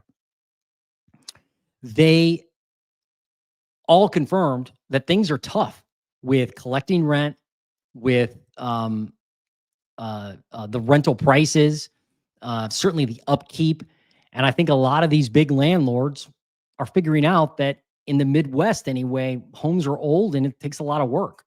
So anybody out there who's, wants to buy a home and is frustrated, there could be opportunities coming. There could be opportunities right now. So what I would do is I would look for properties that are rented, perhaps already rented. They already have a tenant. And those are the ones most home buyers won't look at because they're like, I don't want to buy a home with a tenant in it and have to worry about the eviction. It's not that big of a deal. If you get a lawyer, it's not that big of a deal. Plan on a lot of repairs, but that could give you an opportunity to buy something because one of these institutional investors is failing. And that's just going to add inventory. So let's, we can end on this.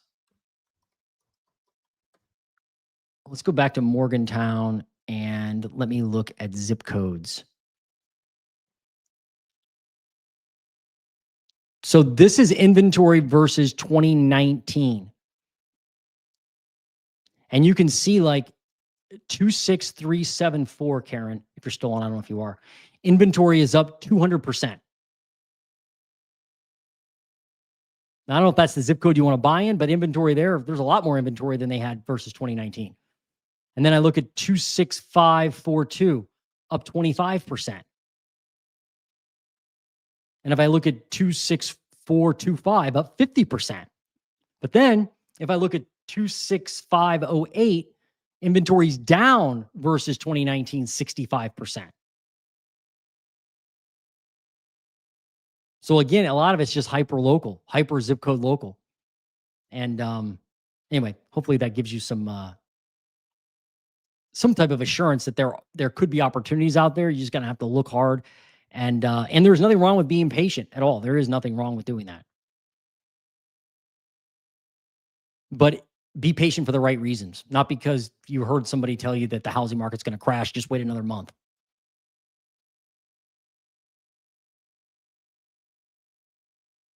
Right? How long have I been on? 2 hours and 45 minutes. Not my longest, but it's pretty long. Oh, I got a couple other comments here. I can't leave them hanging.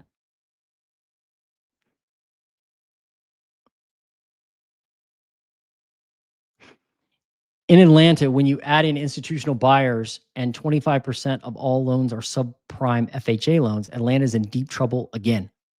It could be. Yeah, it could be. Yep. It'll just be interesting to see what happens with that inventory, right? Institutional buyers make up less than 30% of owners. Yeah, I think it's like the latest data I read was 1.9% of the single family housing stock is institutional buyers, those that own over 1,000 homes. Mom and pop landlords that own between 1 and 5 homes is 90% of single family rentals. So the average everyday person on the street is really the landlord the majority of the time. And that's it's shocking to some people. Some people are like, oh, it's the evil corporation. It's like, no, dude, it's your butcher and your auto mechanic and your dentist.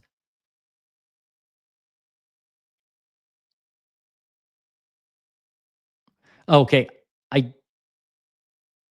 I don't have that. It's just I don't have institutional owners in West Virginia. I mean, I do, but it's going to be very small, right? Like it's going to be like if I go to West Virginia and I look, you can see here like, and I don't know what county that's in. I can't remember, but Putnam County, Jackson County, 0.1%, 0.3%. These are large landlords owning over 100, not just 1,000, over 100.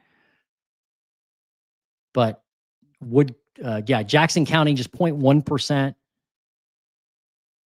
Rowan County, just 0.3%. But you can see the map. It's not dark. It's like light blue. So it's under 1%, pretty much. You could say, except this one county, Logan County, West Virginia is 3%.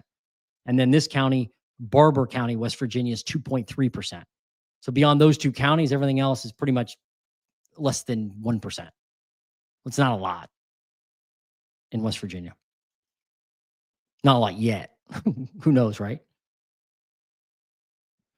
What else we got? I think patience is the name of the game. Patience is great to have in real estate. You got to have patience. Got to. Know your target. Set a plan. Go work the plan and don't deviate, right? Don't get caught up in FOMO. But also be ready to act when you find the right opportunity. But I'll also caution you, McConaughey, that I would rather buy in a market where nobody wants to buy versus buy in a market where more people want to buy. Like there's only 23 people on right now, so not a lot. And I would think on these larger channels, you've got, looks like to me, thousands of people that are like, hey, I'm waiting for the crash so I can buy with cash. Right? You hear that a lot. And I'm like, well, yeah, but there's other people out there too that are going to compete with you. Me, I'd rather go out and find a deal now at the price I want versus waiting for others, versus waiting so that I compete with other people. There are opportunities, Guy. I just don't know why the map is flooded with listings and prices are so high. Oh, well, because it may look like there's a lot of listings, right? But you just look at the chart and go, ooh, you know, it always looks like a lot when you're staring up close, I think.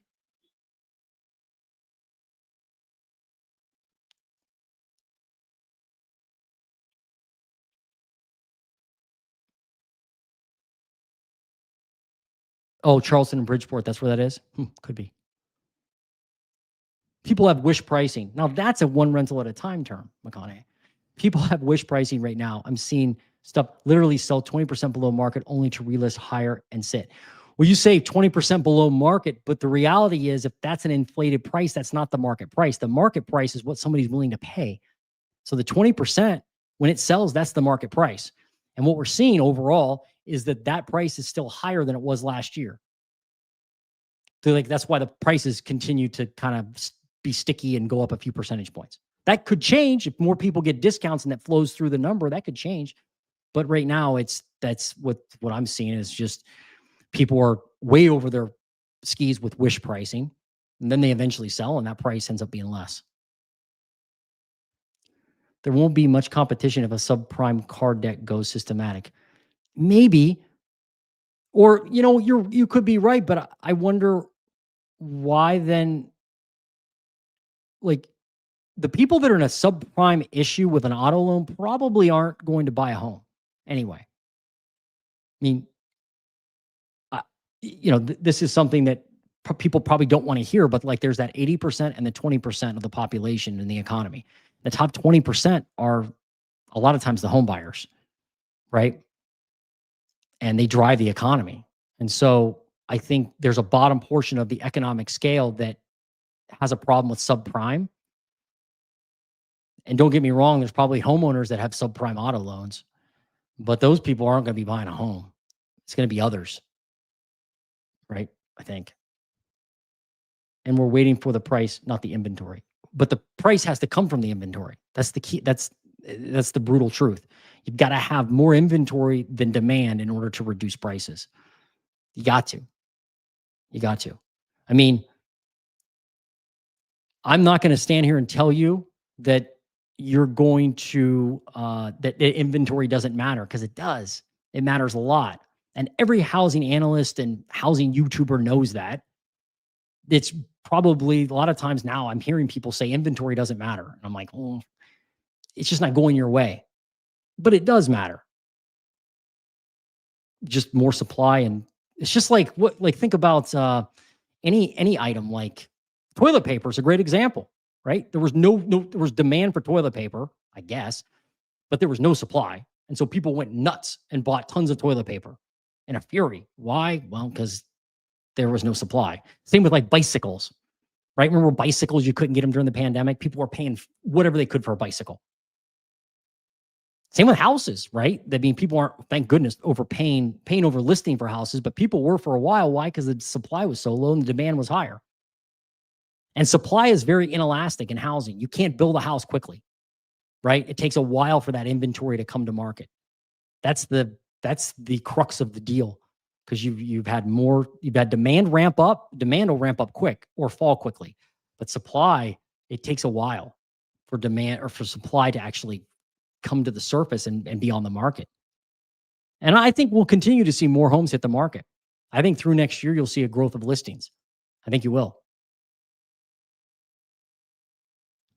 Not so. The horrible economy is a bigger factor, but that's like that could be what is driving somebody to sell a house or take it off the market, right? Like if I'm gonna take this off. And I understand what you're saying, Chanel. If the economy is really bad, like whatever, job loss, any economic condition you can think of, then people, and if somebody needs to sell their home, they're going to list the house, right? And so that new listing is like, okay, there's the indicator right there. If that doesn't happen, that person must not need to sell their home.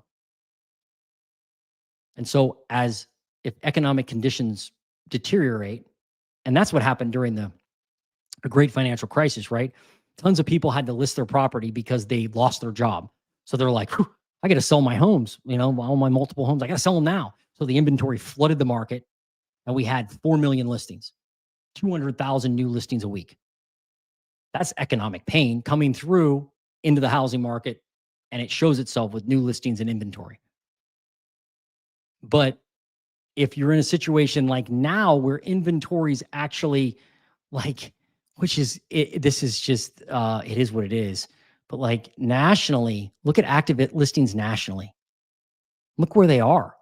Now we do have more active homes for sale than we've had in the last few years, but we're year over year only up 7%. It's falling, right? So, and we have 1.2 million active listings.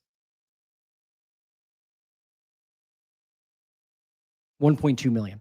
So compared to 4 million active listings, we're like just a smidge of that. Like we're a quarter of that, not a quarter, but around there, right? Of the active listings we had in the worst years of the housing market. So you just got to, and it's hyper local. So some of these markets we looked at today definitely see more inventory than 2019. You definitely see inventory growing, and you can see prices coming down a good amount. Like we looked at some areas in California where prices are falling 10%. But then we looked at an area in Texas where you would think prices would be coming down because inventory is going up overall in Texas. But in that zip code in Katy, Texas, inventory is not exploding.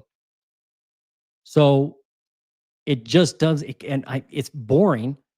It's slow. It's not headline grabbing, but it just comes down to how many people have their home on the market.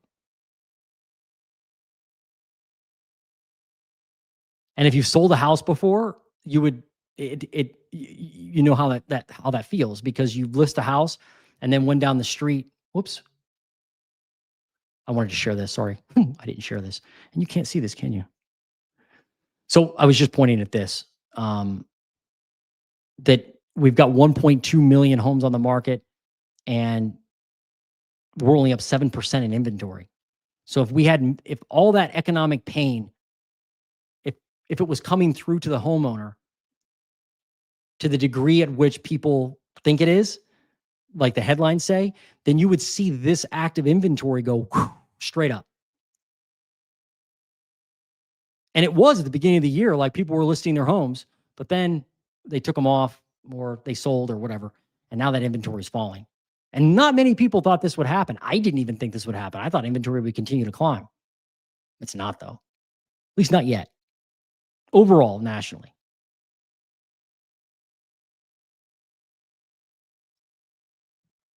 I hope that makes sense.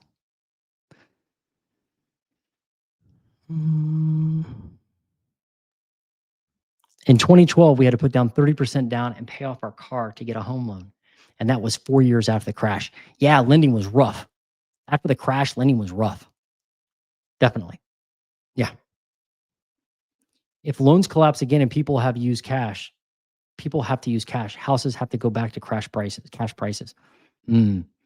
So the major difference, I think, between that time period and now, and you're not going to like this.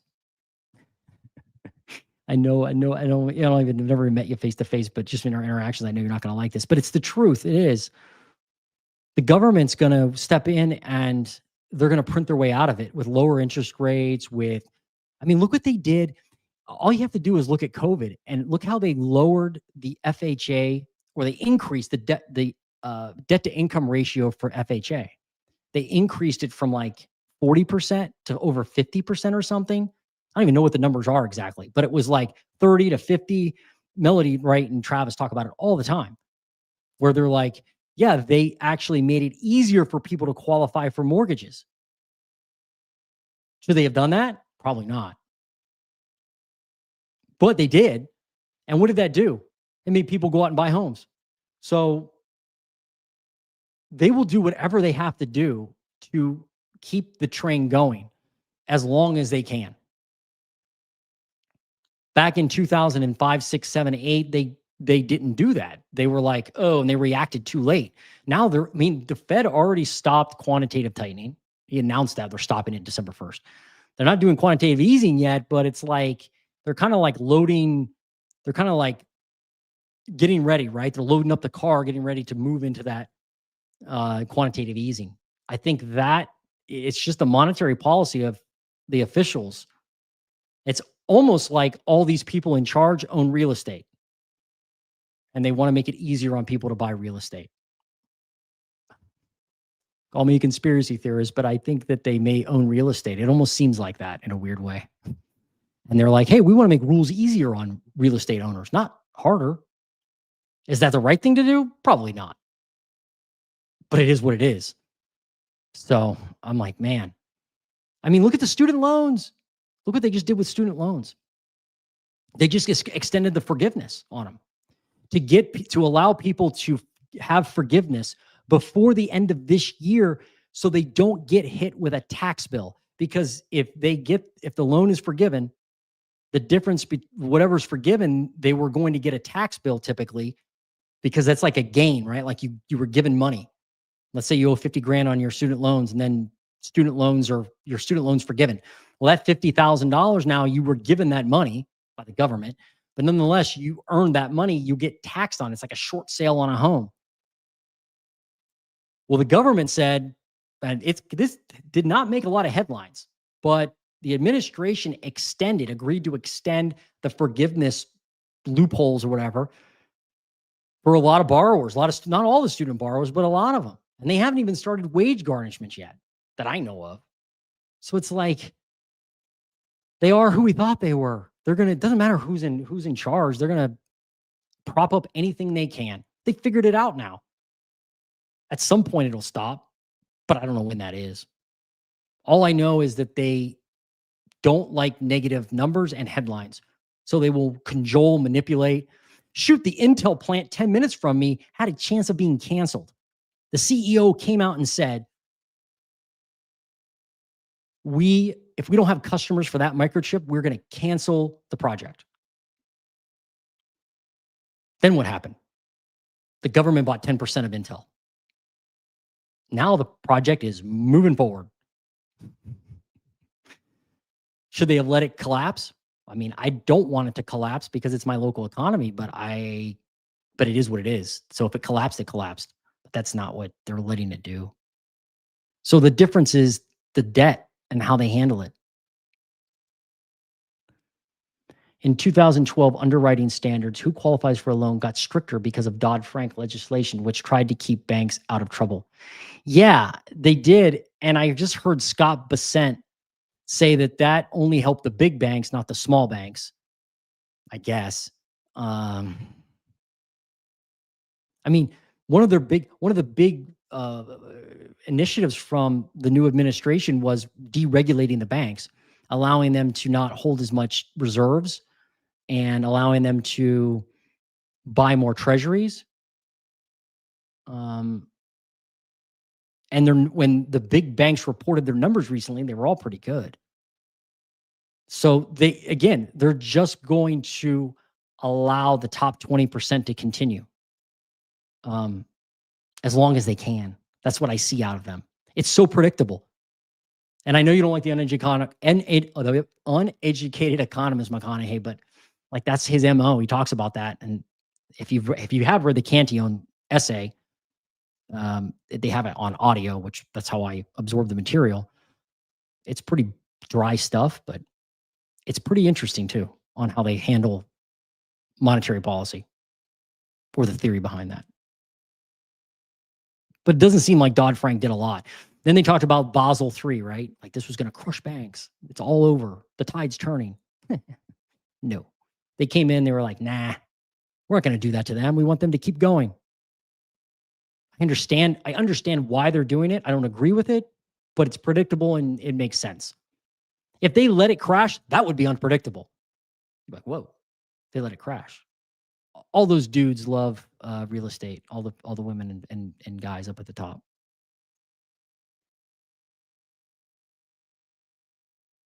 Right, non-banks are the majority of lenders, and according to Melody Wright, 90% of all residential loans are backed by the government. 90%. All those non-bank loans, because the banks got out of lending, they're almost all backed by the government, by Fannie Mae, Freddie Mac, right, Ginnie Mae. Because of that, the chances of them defaulting is slim. They'll just print if things get bad. So I just watch what they do. And when I watch what they do, it's like, oh, you're going to go ahead and bail that out again. Like, look at the farmer situation. Like, I'm going to impose tariffs and then I'm going to print. Okay, whatever. Pretty predictable. UWM and Rocket Mortgage are probably the largest non-bank mortgage lenders. Yeah, and like all of it's backed by the government, right? They're all they have the explicit guarantee of the government. Yep, Absolutely, they will, and they'll preemptively done it for years. The government's not going to increase our wages, and that's the only thing that can bring up prices. Hmm. But they didn't increase wages that much anyway during COVID, did they? So is that the only thing? I don't know.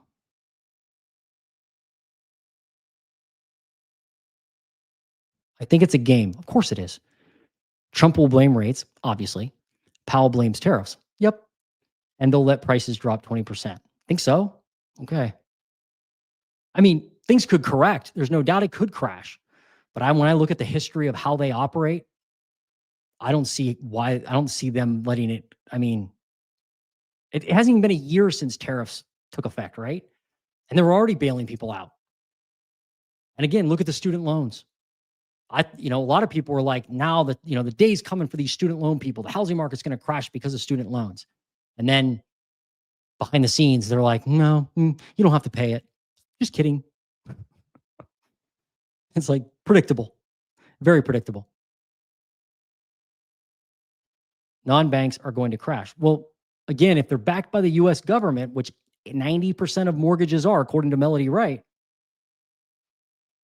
what have you seen from anything tied to the government? I mean, look at the US Postal Service, for goodness sakes. Look at Amtrak.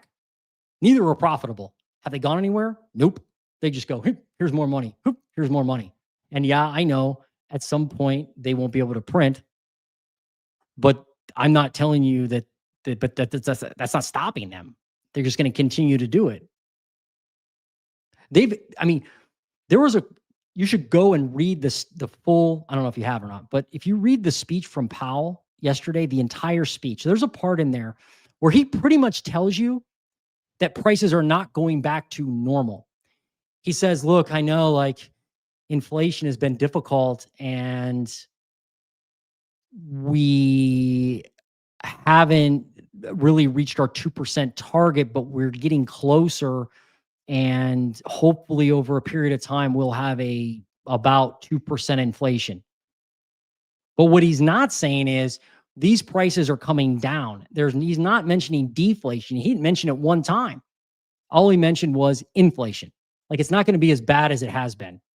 But what he's not saying is prices are coming down, like prices of anything, hamburgers, chickens, cars. Look at cars. They're as expensive as ever.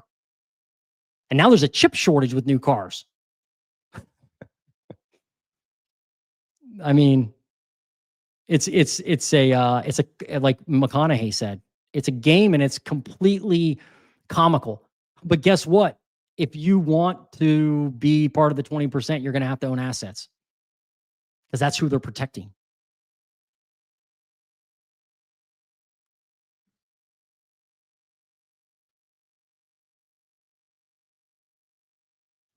What do non-banks do with foreclosures? That's a great question. They don't like them. They don't want them. Banks do not want foreclosures because they have to think about it from a lender standpoint. You've got to deal with that house. It's vacant. It's going to have, squatters in it. It's going to have the water on in the winter and the pipes burst. That happened to a house next door to me. And the first house I ever bought, the winter came, it was a foreclosure. This was like in 2011 or 12. And the bank owned it, never bothered to come over and do anything with the house. And the pipes burst and ruined the entire house, basically. I should have bought it then, obviously. I wasn't in real estate or I would have snatched that thing. You can believe that. But they don't like them.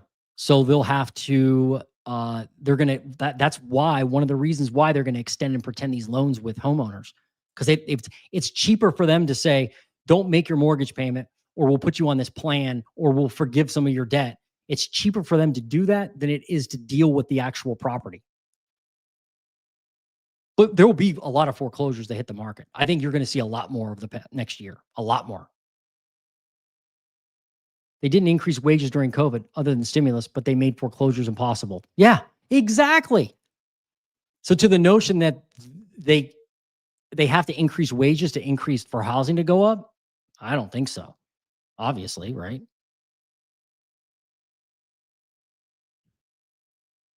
They seem to be signaling with the FHA guardrails that removed that they're going to let foreclosures play out. They're going to let foreclosures come through. That's a part of a healthy housing market. I would anticipate that foreclosures continue to increase. But those FHA guardrails, man, those are like, you should read the actual details of that, because the people that are spouting that, like that's going to be the savior of the housing market. And like, look at what, they're really clamping down now. They're just fooling themselves because they want, for whatever reason. But at the end of the day, those guardrails are becoming more strict, but they're not gone. Or the loophole's not gone. You can still get an FHA forbearance workout under those new rules. You just can't do it all the time. You can do it once every 24 months, I think. But you can still do it. It's not gone. And if it gets really bad, even Melody Wright admits that the government will step in and do something if it gets really bad, whatever the really bad means. But who cares about that? Like at the end of the day, if foreclosures hit, go find them, go buy them, right? There are opportunities out there. So I would just be careful when somebody says, this is going to solve our problems, or this is going to make a massive difference in the market. I think more so you got to just be like, oh, is this realistic? And read the data. And read that, go into the FHA website and read like what they're doing, because they have information in there. If prices don't go back to normal without wage increases, people will lose their homes guaranteed. You would think, right? In a normal market, you would think. But they so far have proven that they like bailing people out. I know what banks do with foreclosures. What do non-banks do? Same thing. They're just a lender. It's the same thing. A non-bank's going to, if they have the loan still, then they'll have to deal with it. If they don't, then they won't deal with it. The actual lender will deal with it. Or the person that owns the note, whoever that is. Same process. They foreclose on the property, then they own it. It's called REO real estate. Then they list it usually on the MLS, typically. They did increase wages. My wife made $800 a week on unemployment when she was only, right. They artificially, again, more evidence, artificial stimulus, prop up, interfere, intervene, cajole, prod, massage, fake, game the system, extend and pretend, kick the can down the road. There's a million terms for it, right? They just, that's how they operate. I mean, where's all this building from the federal land? Where is it? I mean, time's ticking. There's only, 2.5, 3 years left to build all these houses on federal land. Where is it? Where are all these houses we're going to build? I haven't seen them. Have you? And check the federal land. Where's the federal land located? Like Alaska, the desert, Grand Canyon. There's not a whole lot of federal land in the Northeast.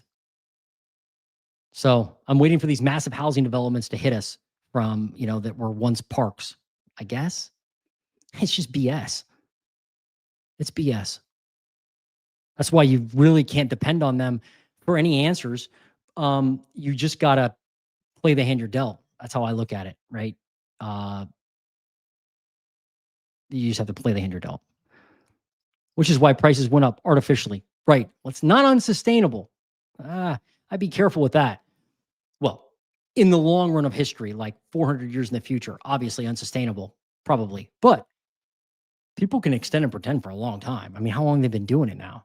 Every time somebody says it can't keep going, look at that. Look at the stock market. It's ridiculous. You're going to tell me all that revenue is real? No. But if you make a gain in the stock market tomorrow, not tomorrow because it's closed, but if you make a gain in the stock market, no, it's not, it's Thursday. If you make a gain in the stock market tomorrow or next week or something, and you get that money, it is what it is. All these people have 401ks. I mean, how many people have 401ks and IRAs out there? They're all contributing to this. This is all part of it. It's not just one or two people. They're like, hey, all these people out there contributing to the economy, have their investments in the S&P and the SPY and the NASDAQ. It's like, well, they all contribute to that growth, to that fakeness, if you will. But if the money comes through to them, do they care? Not really.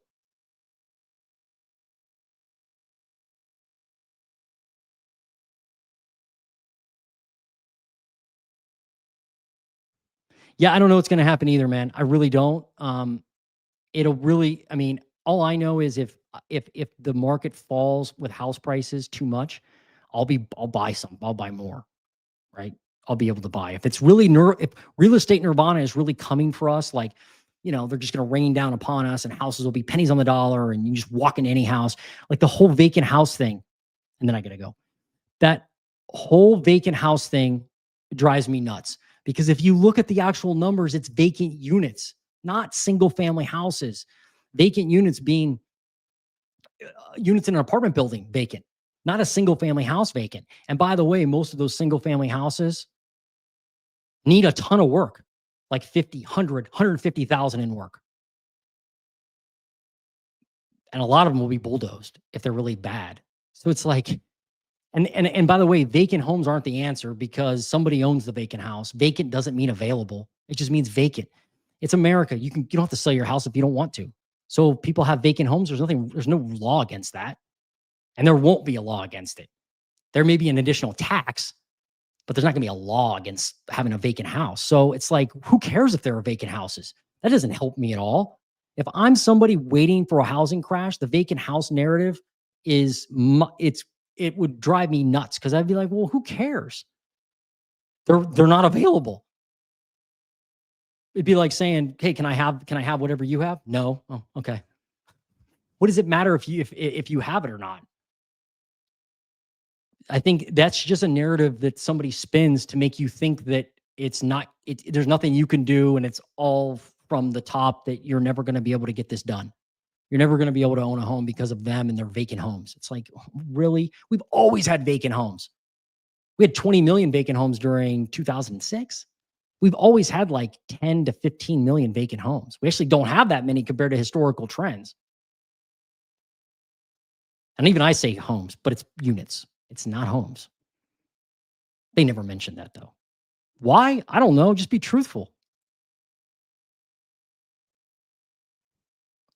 I'm in the same boat. I don't think vacant homes will play much of a factor. I agree. Truckee used to have 35% vacant. Now it's like single digits because of COVID. So I know there are less than ever here. Yeah. And the homes that are vacant, it's not like somebody doesn't own them. It's not like they're just sitting there and somebody, you walk by and you go, who owns this home? They go, nobody. You can just have it.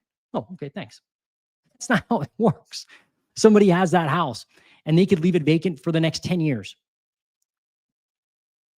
That's on them. That's their prerogative. It's unfortunate that is the message people are delivering out there because it gives people false hope. See the 15 million vacant homes in the silver tsunami? You do not have to do anything except sit on the sidelines because eventually everything's going to get fixed for you. And these evildoers will have their day. Okay. All right. How's that working out for you?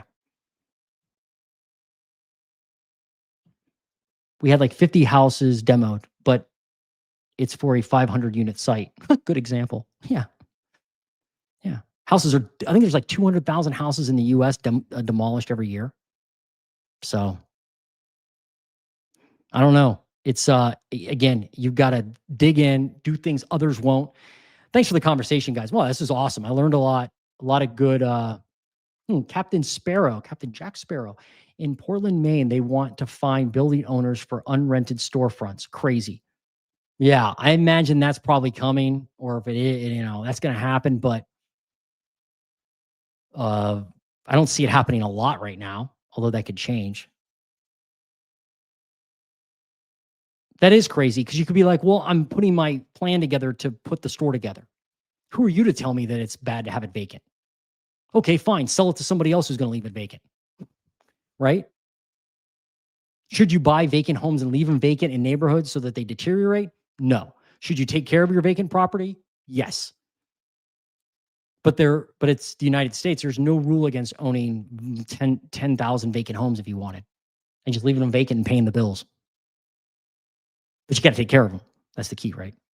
Got to take care of them. All right, listen, you guys are great. Why do you only hear the part of my evidence you want to say? Huh? I don't know. I'm not sure what you mean. I'll give you a couple more seconds. Well, what do you mean? I'm reading all your comments. I know what banks do with foreclosures. I don't know. What did I miss?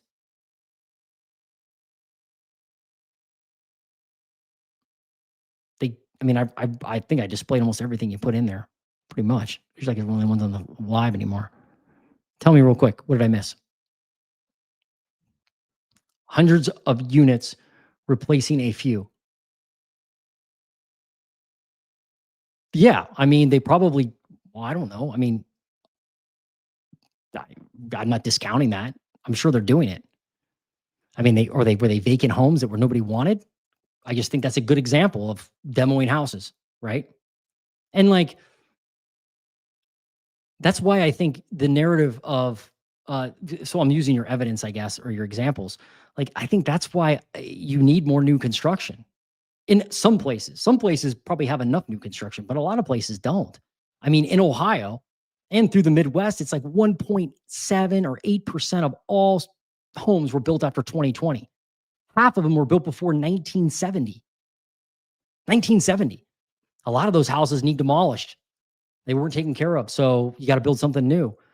I think without new supply, people are going to suffer. And what we're seeing from builders is that they're curbing their building. I mean, the home supply now, new home supply plummeted last month because builders are like, there's no demand. Why would we build more homes? The lumber isn't being used anymore either because builders aren't building. So I think you need more new homes, don't you? Right? I'm not saying they're building the right ones or they're not going to be, I'm not saying they're going to be affordable. I'm just saying you need more new homes.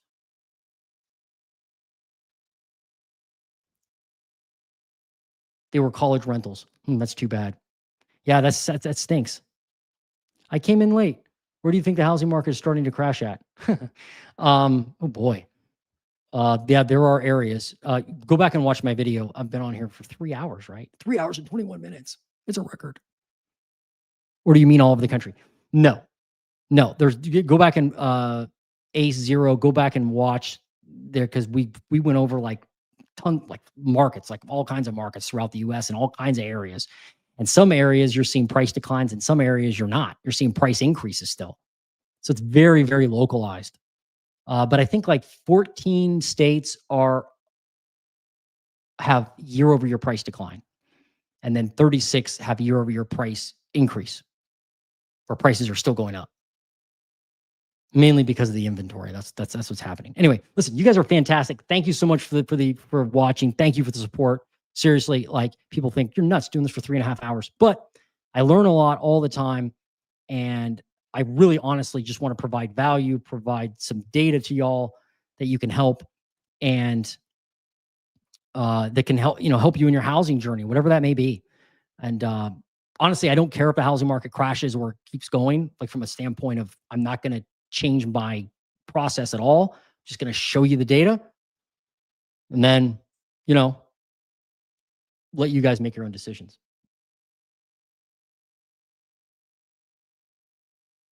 But listen, have a great day. Have a great weekend. I've got some cool videos coming out in the next few days I think you're really going to like. And I'm the housing nerd and I'm out. OUT out. Out.